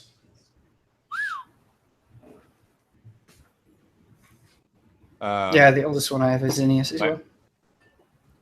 Yeah, my mom still has the Atari up in the closet. I assume it works, but I don't know. I haven't had it with me for a long time. My dad gave away the Commodore 64 as a rent payment. So, but at the same time, I don't know where I would put a Commodore 64, and I'm sure the discs would not last this long. So I don't know. What do you got there, Jones? Hey, what do you got? I got a little friend of mine named the Atari Jaguar Ugh. right here. Jaguar. Ugh. Jones, you have like a wood paneling Atari back there too, I think. Yeah, you've got older games. Yeah, the Atari's in the closet, I think. Oh no, it's not. It's right here. It's right Disrespect. I've definitely got one of those It's not wood VCS Ataris, the plastic. Sears ones. It's the Atari. Oh man, it's got. You couldn't like unplug this power cable. It's like attached to everything. Oh right. Yeah. There it is. Video computer system. Yeah, that's The OG that's the funny thing about the old. game. But it does say Atari 2600 on it, so yeah, it is a more recent one. Yes. That's a power on button. Clank. But yeah, it's funny how like some of the old consoles, like you couldn't take the controllers off, like they just everything was just plugged directly into the motherboard or whatever. Yep. I just recently. So Go ahead. If I can be honest, I don't like collecting things. I don't like having things too much. So my retro collection, I don't have the consoles anymore. I do like to keep old Game Boy carts because they're small. And for Super Mario Bros. 3, I still have the instruction book, which is really cool. But I don't have any of those. Don't have the cart or the console anymore. Kyle, it is hilarious how loud they are. Now I can hear the band. Yeah. Wait, Kyle, what's the thing you regret giving away the most from your game collection? I don't carry those regrets. I really. No regrets. I like to live minimally, and I just like to ditch my old stuff. Ditch it all. Yeah. Anything that I miss, I rebuy, and then I'm good. So that explains your a part of your love for the Wii Shop. There Yeah. it is. Yeah. Interesting. I'm similar to Kyle. Like I don't like the trappings, but I think I've got my PS3 in my bedroom, and I think my Wii might be in my closet. Maybe I was just trying to think what happened to my old Genesis that was at my parents' house. I actually have no idea what became of it. I That's kind of interesting. I lost my old original big Genesis. Yeah. So a couple years down the line, I had to buy a Genesis 3, which is like the smaller one. Yeah. Yeah. I loved the Genesis. I recently just got a big shelf for all my retro games. I didn't have any like place to put them. Is it so in they a were all in vault? boxes. No, it's just a black shelf. One day, will you have a vault? then? No, I've written out a plan. Do you want me to tell you the plan? Yes, please. If I survive until 70 on my birthday, I will donate my entire game collection to a museum. 70? What if you're still gaming when you're 70? No, that's it. That's my cutoff. When I'm 70, like I can buy new video games and play them, but whatever I have at that point, I have to. That get rid of. PS9, dude. If I die before then, very likely, I will get rid of I will have in my will like donate this. That's I know it sounds like a joke. It does, but it's not. I believe you. When Ben gets to 65, he's just gonna stop playing new video games and play through his backlog. 5 years. Fuck, what was I gonna say? Oh, the biggest regret I have. I'm really ashamed of this, actually, just because of my attitude. Not so much that I did it, but my attitude that I had. I sold my completed Pokedex copies of Pokemon Red and Blue. I sold Yellow, I sold Crystal, I sold Gold, and I sold Silver. And I did it because I'm like, I'm too old to play Pokemon. And that's a really shitty, dumb attitude to have. And I feel bad about that. And I still don't have cartridges of those games. Like I have the 3DS versions of Red and Blue and Yellow and stuff. But Ben, if it makes you feel better, the batteries would have died by now, so all those Pokemon would have disappeared. Forever. I could have, but if I really cared, Kyle, I could have replaced those batteries. Like, True. It's still on me. Okay. How can you replace the battery? I say you righted that wrong. I did. Ian, it's really hard. You have to do connections so that you sustain the charge while you replace the battery. I was going to say that sounds really hard. Yeah. Mm-hmm. Yeah, I probably would have messed it up, to be fair. But how did I write that wrong? You have a public platform in which you talk about how much you love games of all ages and types. Redemption. Oh, Kyle. I don't know. This question made me think of this. So this is something we have to do during a group stream. Can we put it up for a vote? That I'm sorry that I've never recommended this before. So I've got Steel Battalion with the controller. Ooh. Oh yeah, that'd be really fun. And I want that to be a group stream. Cool.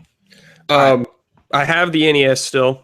I regret this wasn't intentional, but I somehow lost.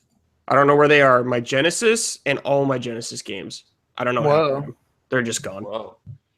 Maybe there's like some kind of monster that like just steals Genesises. I lost a big batch of games too, Brad. Like a third of my Genesis. Yeah, I don't know if my collection. parents just like gave them to Goodwill or something. I don't know what happened. Yeah, there's some missing Parents, items in the inventory.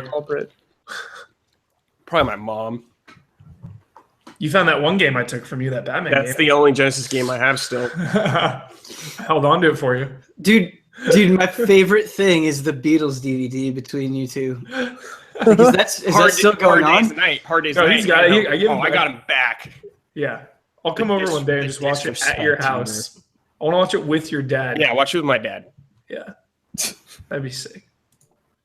Guys, so we have less than a half hour left. I feel like we've been going even slower than normal, which is okay. I think there's been some things. But yeah, we'll pick it up a little bit. All right, next one comes in from Gino. Hi, Allies. Quick question for all of you. Of the latest generation of consoles, including the Switch, what do you guys think would have the best and worst game world to live in?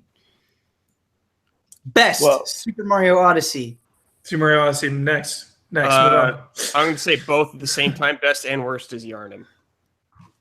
Yes. I like it. Worst. What is the worst world to live in? Battleborn. All right. Lock it in. Lock it in. That white tiger game. The White Tiger game? Yeah. What? I can't remember what it's called. Legend of White Tiger. That one that's just so bad and it looks like it's from like the 80s. No, it's Legend of Black Tiger. Legend of Black Tiger. Yeah. It's easy to remember because the message is slightly racist. Oh. Damn. Glad it worked on you, Kyle. Racist. No, I mean the game is about how, What does that even mean? the game is about how all the tigers don't like the black tiger. Oh, that ain't right. Yeah, That isn't right. and then the black tiger has like a regular old orange and black tiger at the end as a baby, and then everybody loves its baby. They don't really conquer the racism. They just like, oh, you have a normal looking baby. We love your baby. Your knowledge of this game is not surprising. He's been doing research. Sounds like I'm reading a Polygon article or something. What's happening right now?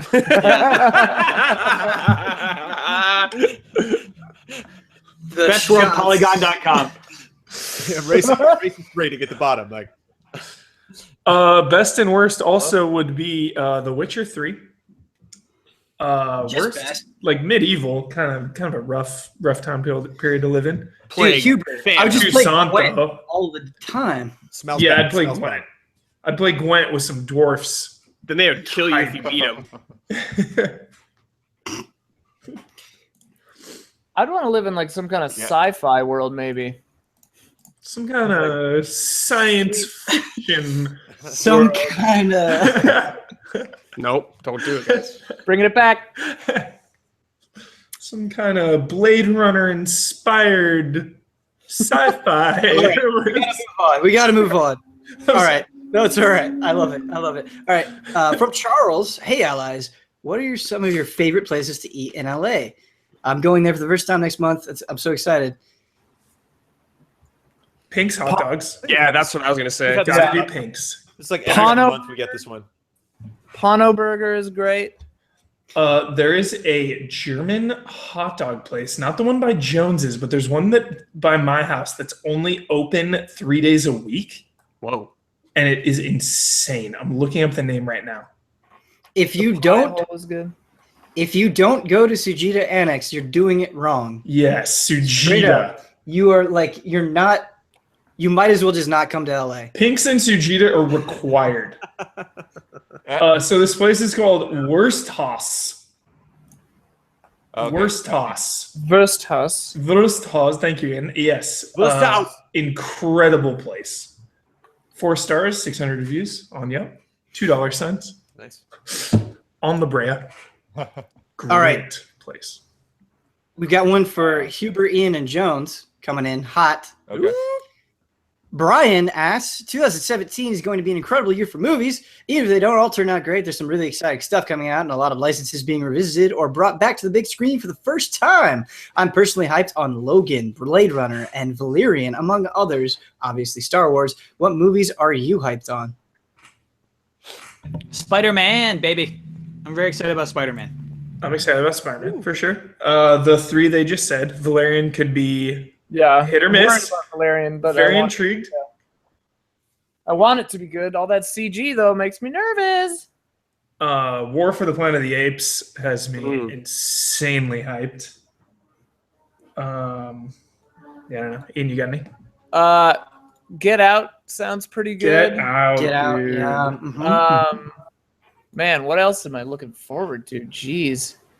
But yeah, I mean, Logan looks great. Yeah, that's. I'm excited Oh, for man. Thor a lot because it's Thor and Hulk. I heard it's like a buddy movie, Yeah. like a buddy cop movie. And like But it's, like, gladiatorial, there's like gladiatorial arenas, Kyle, Dragon Ball Z style. Like people in the universe fighting. So is it they're putting in some World War Hulk stuff in there? Yes. Huh. Yes. Cool. Yeah. Cool. So Sounds like the band's getting it put together there. It's just funny every time.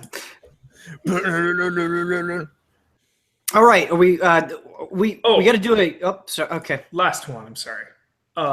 Alien Covenant. Oh yeah.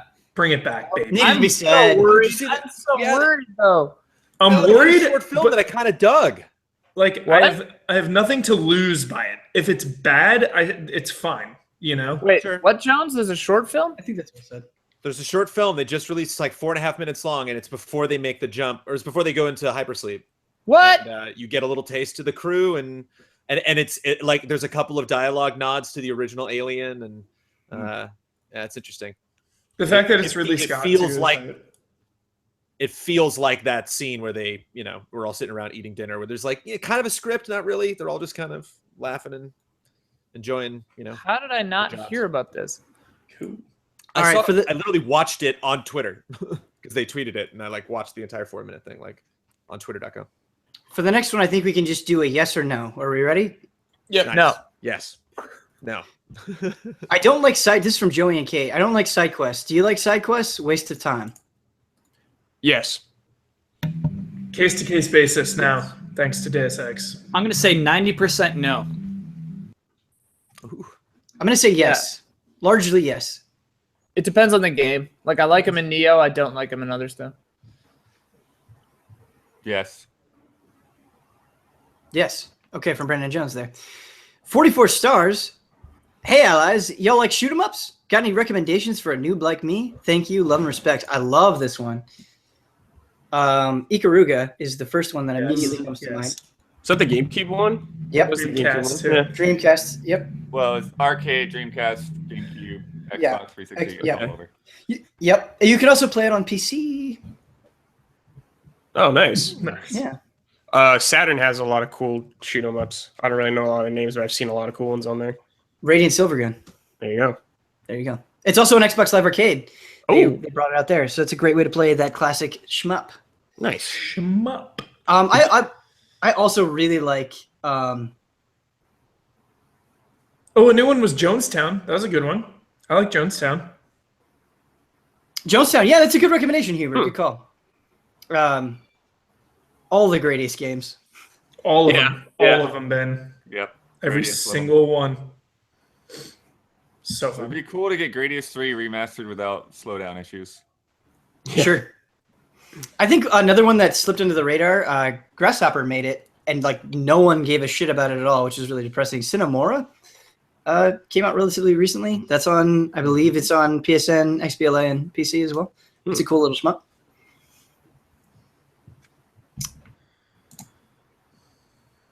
Anybody Next else? Q. All right, next cue.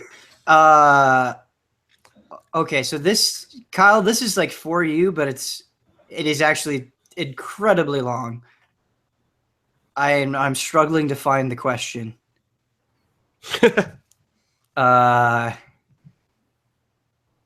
Oh man. All right. Since this seems to be mainly for Kyle, I might just Kyle, I feel forward like- that. I might just forward that to Kyle. I'm sorry. Find it. Yeah. I can't find the question here. Leave a reply in the comment thread, yeah. Yeah. I will do that. I will look for that comment that's long and about me, and I'll respond to it on patreon.com. Okay. Thank you.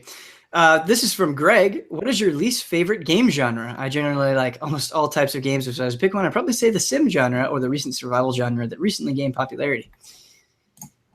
Puzzle Is games. it a Sorry, cop Ian. out? Is it a cop out to say sports? Is that a shitty cop out? No.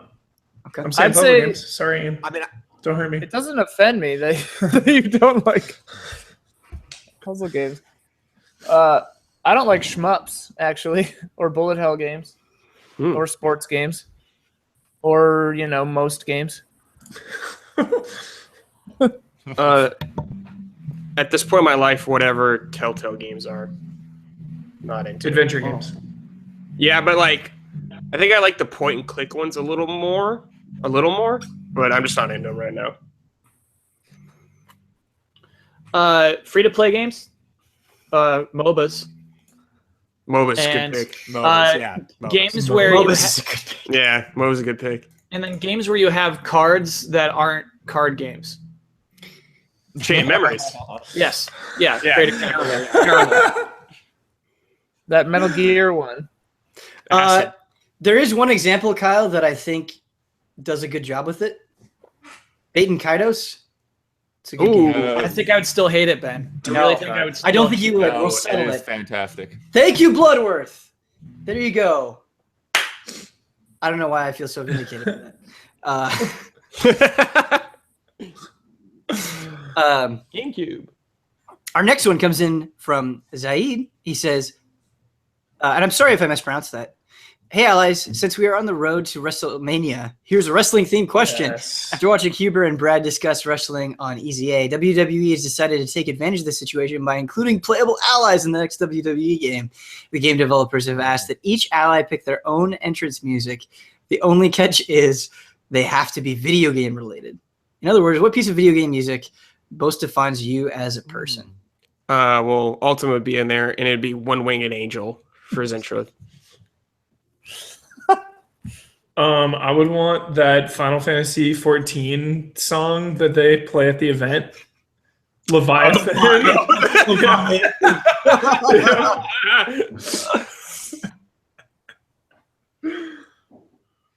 Yeah, probably opening to FF6, like dun dun dun. Opening. I forget the name of it. One of my favorite Tropical Freeze tracks, something Hills, Windy Hills, maybe. Do do do do Yeah. do do do. That would be it. It would be that. I would walk out to that. You'd be total like face in that company, then just super jolly coming out, like Yeah. dancing and everything. Yeah, See, I would. it's all I part would of not be intimidated, Kyle. Yeah. See, mine is super jolly too. I would do the Bubble Bobble theme. Bubble Bobble, nice. It might be the least intimidating song of all time. Yeah. It's funny. Wii menu music. The crowd would not I know have a what to do. soft spot for the Wii menu music. Yeah, I do too. Like any Bloodborne boss song too. Oh yeah, Like any of them. legit choice. Yeah, we're Just- just like Bloodborne. Ludwig or Maria or something. The hard thing is a lot of songs I like are like more moody stuff. So I Yeah. think like for a theme, Cold blooded. maybe just like the spinach rag from Final Fantasy VI. KK Slider, you know. Yeah. Oh yeah, KK Slider, Oh. great stuff for sure. I would want somebody's to be Bloody Tears from Castlevania. I was That's a just good one. thinking, like Castlevania 1 had some amazing music. Okay. Next question. We're getting caught up in it. Next one is from Stuart. Hey guys, if you could make up any holiday, what would it be and how would you celebrate it? National Backlog Day. You have to play a game in your backlog. Yeah. Also, no games Done. can be released that day. Next question. Wait a minute. Mine would be Shigeru Miyamoto Appreciation Day, and you have to play a Miyamoto game all day, and at the end of the day, before you go to bed, you have to write Miyamoto a heartfelt letter. But you can't write it on a computer. You have to pen and paper, and then you have to ship it, or you have to mail it to Miyamoto. Wow. Did they cover the shipping cost? No, you have to. Okay. It's your You have duty to- as a citizen. It's your You duty. have to give a gift as well, a small token of your appreciation. But you Mine can't would- pay for it. You have to make it. Mine would be The Hunt, and it's people divide into teams, and they dress up as like beasts or hunters, and with Nerf weapons, they go out and they fight each other all over. So like a giant like global LARP, Bloodborne themed, Nice. and there'd be like points. I don't know, whatever. Sign me up. I thought it was actually just going to be people killing each other. No, all for fun. Penalized deaths are Scavenger heavily hunt related. penalized. Scavenger day. Oh yeah, you have to find the umbilical cords. Exactly. Oh, God. All three. All three. Next cue. All right. Anybody else? We didn't get a lot of holidays there. I can't do any creative questions. I can't search my mind for like where the creativity comes from. I can't get in there anymore. Just the delivery on that. Yeah. The total. Kyle's I feel. descent into madness. Defeat. Yeah. So I used. It was really funny at first, and it's still funny, but now I also kind of feel bad. I'm sorry, Kyle. Kyle, man, I feel I agree. It's funny. I'll do what I can to make it stop. I'll do what I Okay. can. Next question. Bad neighbors. All right. and Next like- question. Take Brett- your game outside and not listen to this. What? All right. Bread roll art. Hello, allies. I love Neo so much. I have a question directly for Ben. How did you conquer the fear of spider enemies in the game? So I got a lot of this. Like people are like, how did you beat Neo? There's spiders in it. They're just weird yellow demon spiders that shoot like purple web. Bend it to your will. Bend it to your will. They're It's not hairy. No, it's not bending into my will. It's what my fear is. Don't you hate hairy spiders, especially I hate. Okay, let me spell it out as clearly as possible. tarantula? Tarantula. Okay. It has to look like a real life tarantula. Otherwise, I will kill them all day. Spider Slayer. Doesn't matter. So Doesn't that phase me. first boss in Devil May Cry doesn't phase you. No, not at all. Well, Not he's even like not even a little bit. lava spider, isn't he? He's just a goofball. Like, But even the sewers in Resident Evil, that's a problem. yeah, fucked up for days. Skulltulas in Zelda, not a problem. What did kind of freak me out though, because they're not super realistic, but the spiders in Skyrim got to me. Fucked up for days. Yeah. All right. What about the spiders in Chamber of Secrets? Not into it. I will endure. I can handle it. I will survive. I won't scream, but not into it. I recently did the Harry Potter ride, Yeah. and boy, they love throwing spiders in your face in that one. Oh, Yeah. yeah, they do. Eyes closed, no shame. No shame. So how'd you get through it in Skyrim? How did I got really good at bows. And so anytime I would go into a cave, I'd be like, "Oh, look at this little asshole on the ceiling. You're dead before you can even touch me." Like I legit like was a sarcastic asshole to the game. Like I would just be by myself in my room being like, you couldn't drop on my head this time, spider." Like I would say things like that. You're a Borderlands character? I was a Borderlands character. All right. What's up? Did you get to the spider things in the Witcher 3 expansions? The ones that surround you? No. Dude, Bloodworth, what was up with you? You were like, "Oh, I bet Ben would really hate these spiders," and then you sent me that, and I was like, "Yeah, I do hate this." Thanks, Blood. Yeah, I do hate this. Correct. Thought we were friends. All right. Next one from Rebecca. Hey, guys, what's the best and worst thing the Final Fantasy VII Remake could do? Best thing, be good. Worst thing, be bad. Come out. Is it the best or the worst thing? Yes. Worst thing is that it would not come out. I think the worst like thing that it yeah. could do is be like too faithful, maybe.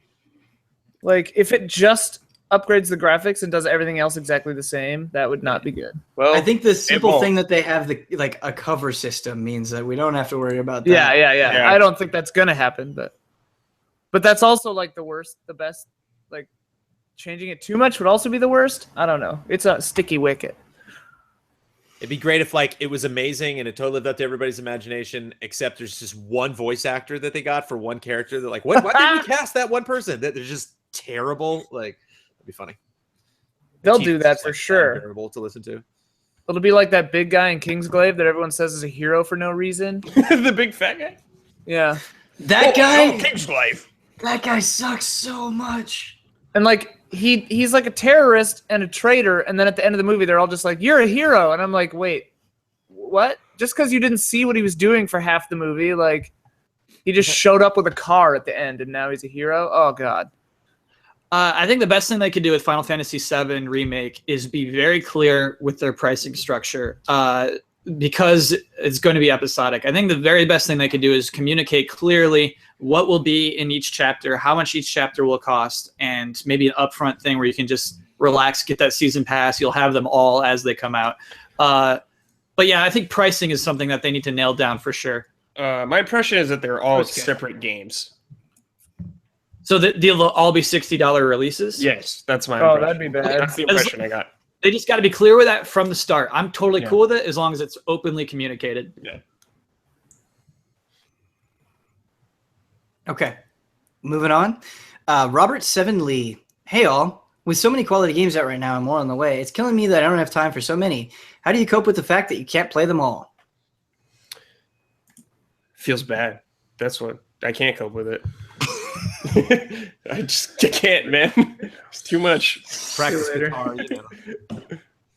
Wait, what just happened? I can't cope. Oh, I thought you were I just can't like, cope. I thought you were just leaving. You're like, I gotta go. Okay. Yeah, it hurts. Every day it Yeah, I hurts. can't cope with it. I just suck it up and try my best. Try my best. We're trying our best, but we're drowning. Do your best, forget the rest. Live vicariously through others. Ask about the game a lot. You talk to your friends. How is it? Oh, it's real good. Oh, okay. It's real good? Like, it's real good. All right. I'll keep playing the game I'm playing. You keep playing that other one. Let me know how it is. Just want to sneak this in to maybe twist the knife a little bit. I think Horizon's pretty damn good. Yeah. I think you guys should play it. Horizon's super good. Night in the Woods is super good. Kyle, I Yeah, just I've been meaning to downloaded look at that. that. Is that Yeah. out now? I want to get that. It's out now. Yeah, it is. Yeah. I haven't decided to get it on PS4 or writing's so PC good. yet. It's so cool. It's such a cool game. I feel like I don't want any of the humor or anything spoiled for me. I Don't want look it at fresh. it. Don't look at it. Don't look at me. We got those Next. old memes. All right. Ibrahim Sozer, Ebo Show. 2017 has been great so far with a lot of good games coming out. Why are Nintendo fans so gullible? God damn it. What? I don't know. Zelda's coming out. Nintendo fans are so gullible because Nintendo makes the best games of all time. They made the best make. games of all time. Present tense, baby. Breath of the Wild. I'm not.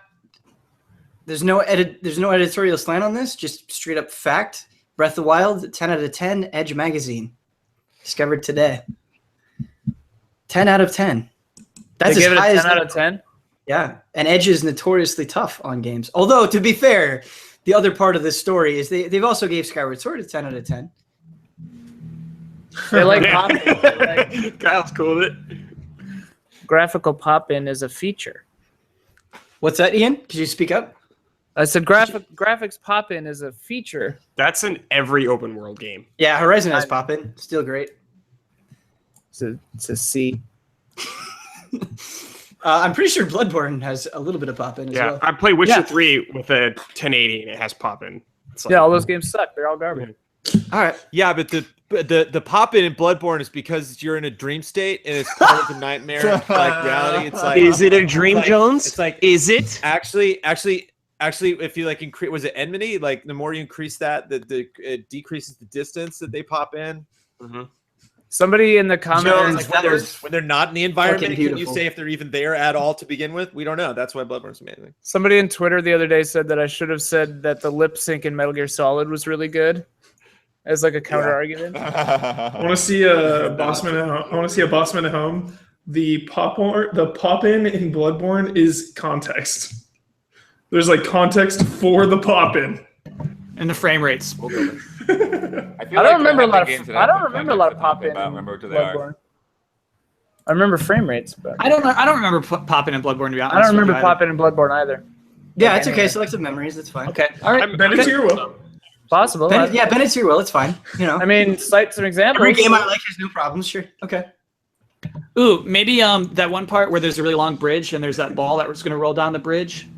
I think you might not see those enemies until you walk up a little closer. Oh yeah, That's maybe. all right. Yeah, I bend think it you to your see will. them. They just run at a really weird low frame rate when they're really far away. Yeah. Perfect game. 10 out of 10. I don't know why we're feisty today. Okay, Menek64, you're close to 100K subs on YouTube and 6K patrons. 2 questions. 1, do you have any plans for reaching such milestones? Old Uncle Ben used to say, "What with great power carries great responsibility." I like that Easy brought a message of love and respect in these tumultuous times. But do you feel any extra responsibility, pressure, knowing all those users look forward to what you say, do, and play? There's I think so much we- pressure.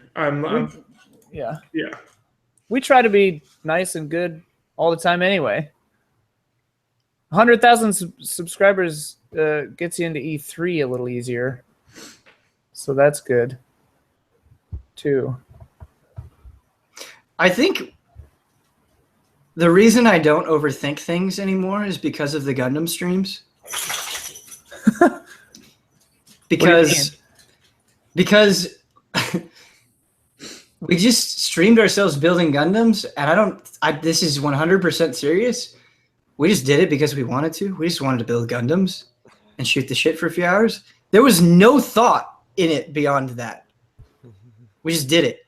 And people are like, "Oh, this is great. Do more of it." And it's like, okay, well, let's just be ourselves. It doesn't have to get more complicated than that. You know, we'll mess up sometimes. We'll screw up, but as long as we're true to us, like whatever, it's fine. That's what people want. Why do we fall, Bruce? To build Gundams. That's why we fall. I gotta say, in regards to responsibility, though, like last night during Tetris, I did a weird bit about an abusive relationship that I'm still feeling bad about. So like, there is like we do have like a certain level of like appropriateness that we have to abide to, and I don't hate that responsibility. I like it because it's an opportunity to spread good messages and good vibes out in the world. But yeah, you absolutely got to be conscious of it. Mm-hmm. Yeah, I agree. I like the more positive slant that we have now because I feel like I just am happier like this. Like I like being positive more. Like even back in like mandatory update, we would make some off-color jokes that I was like, oh man, I didn't love saying that, but like, you know. So yeah, I like this better. New era. New era indeed. You guys want to do one more question? Yeah, let's do it. Yeah. All right. This is from Alex. Hi, Alex. My question is about sponsorships. I haven't heard from you guys on the subject of whether or not you are open to using sponsorships to promote the EZA brand, or you are actively avoiding such things, relying more on fan support, word of mouth, customer involvement. Get your take on which direction you see those things going in the future.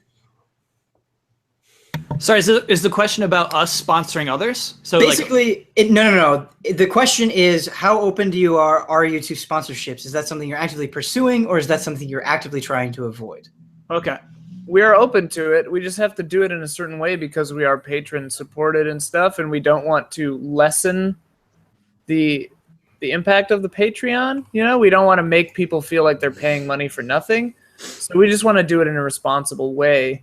Like for example, with the podcast, like it's a little hard to have like Squarespace or whoever, like this episode brought to you by Squarespace, but then in the middle, it's like, these are our sponsors who are paying $500 a month on our Patreon, you know? So it's like whether or not we have to do like sponsored videos, that video is specifically for a sponsor or whatever, we're still kind of like trying to figure out what would be the best way for us to do it. Yeah, I think there's also the question is in terms of value. It's like, what are we selling? Are we selling the fact that we have a podcast that gets so many views? Are we selling the channel and the fact that the channel gets so many views? Like, what are they specifically buying into? Because we've had people like approach us just in general. We've had people approach us specifically for the podcast. And so it's like actually trying to determine that worth, that like, yeah, we're not just being approached by this person because they want more clients, but like, no, this is actually a really good time to, you know, cash in the fact that we all have almost 100,000, you know, YouTube followers and so many people on Twitch and so many subs on Patreon. That and yeah, and a lot of times people will come in, they'll want to sponsor like a new thing. So it's like, okay, we're going to sponsor you. You're going to create this piece of content. You're going to work on this series. And it's like, well, okay, I could do that, but then I'm not reviewing games, then I'm not streaming, then I'm not like producing another retro or working on something that we already made that promise. So I think, yeah, like being beholden to the patrons is not something, I don't feel shackled. Like I don't feel like I'm behind in some way. Like I just always want to put them first and foremost. And when I feel we really get to that point where that's in a comfortable place, then we can pursue that, but always pursuing it. We're never putting that on a shelf. We're never like not doing that. We're never saying, don't give us money. Okay. Good. We ended on a serious business note. Yeah. Brand manager on brand. Thank you, everybody. If you're watching this live, if you're watching the archive, however you're watching it, thank you so much. If you do want to ask a question, if you're a $20 and up patron, please look on patreon.com. We answer in the order that they are received, so it is first come, first serve. That post will be going up on March 1st. We'll be doing the March Q&A post, so look for it that day if you would like to submit a question and have us talk about it. Thank you, panel, for your wonderfully insightful comments, as always. Thank you so much to Kyle's neighbors for the music they provided. Yeah, live music, fantastic. I'm just joking, of course. I know that was hard for Kyle to deal with. Have they stopped? I like that they've stopped now. Like they're done, right? Unmuted. They're still going. Oh, okay. One final little detail, because I don't think this has been clearly stated before in previous Q&As, is we always do the Q&A, or try to always do the Q&A on the last Saturday of every month. So that means you can expect the next Q&A on Saturday, March 25th at noon, from noon to 2 p.m. So keep that in mind as well. All right, everybody, that's going to do it for us. Bye.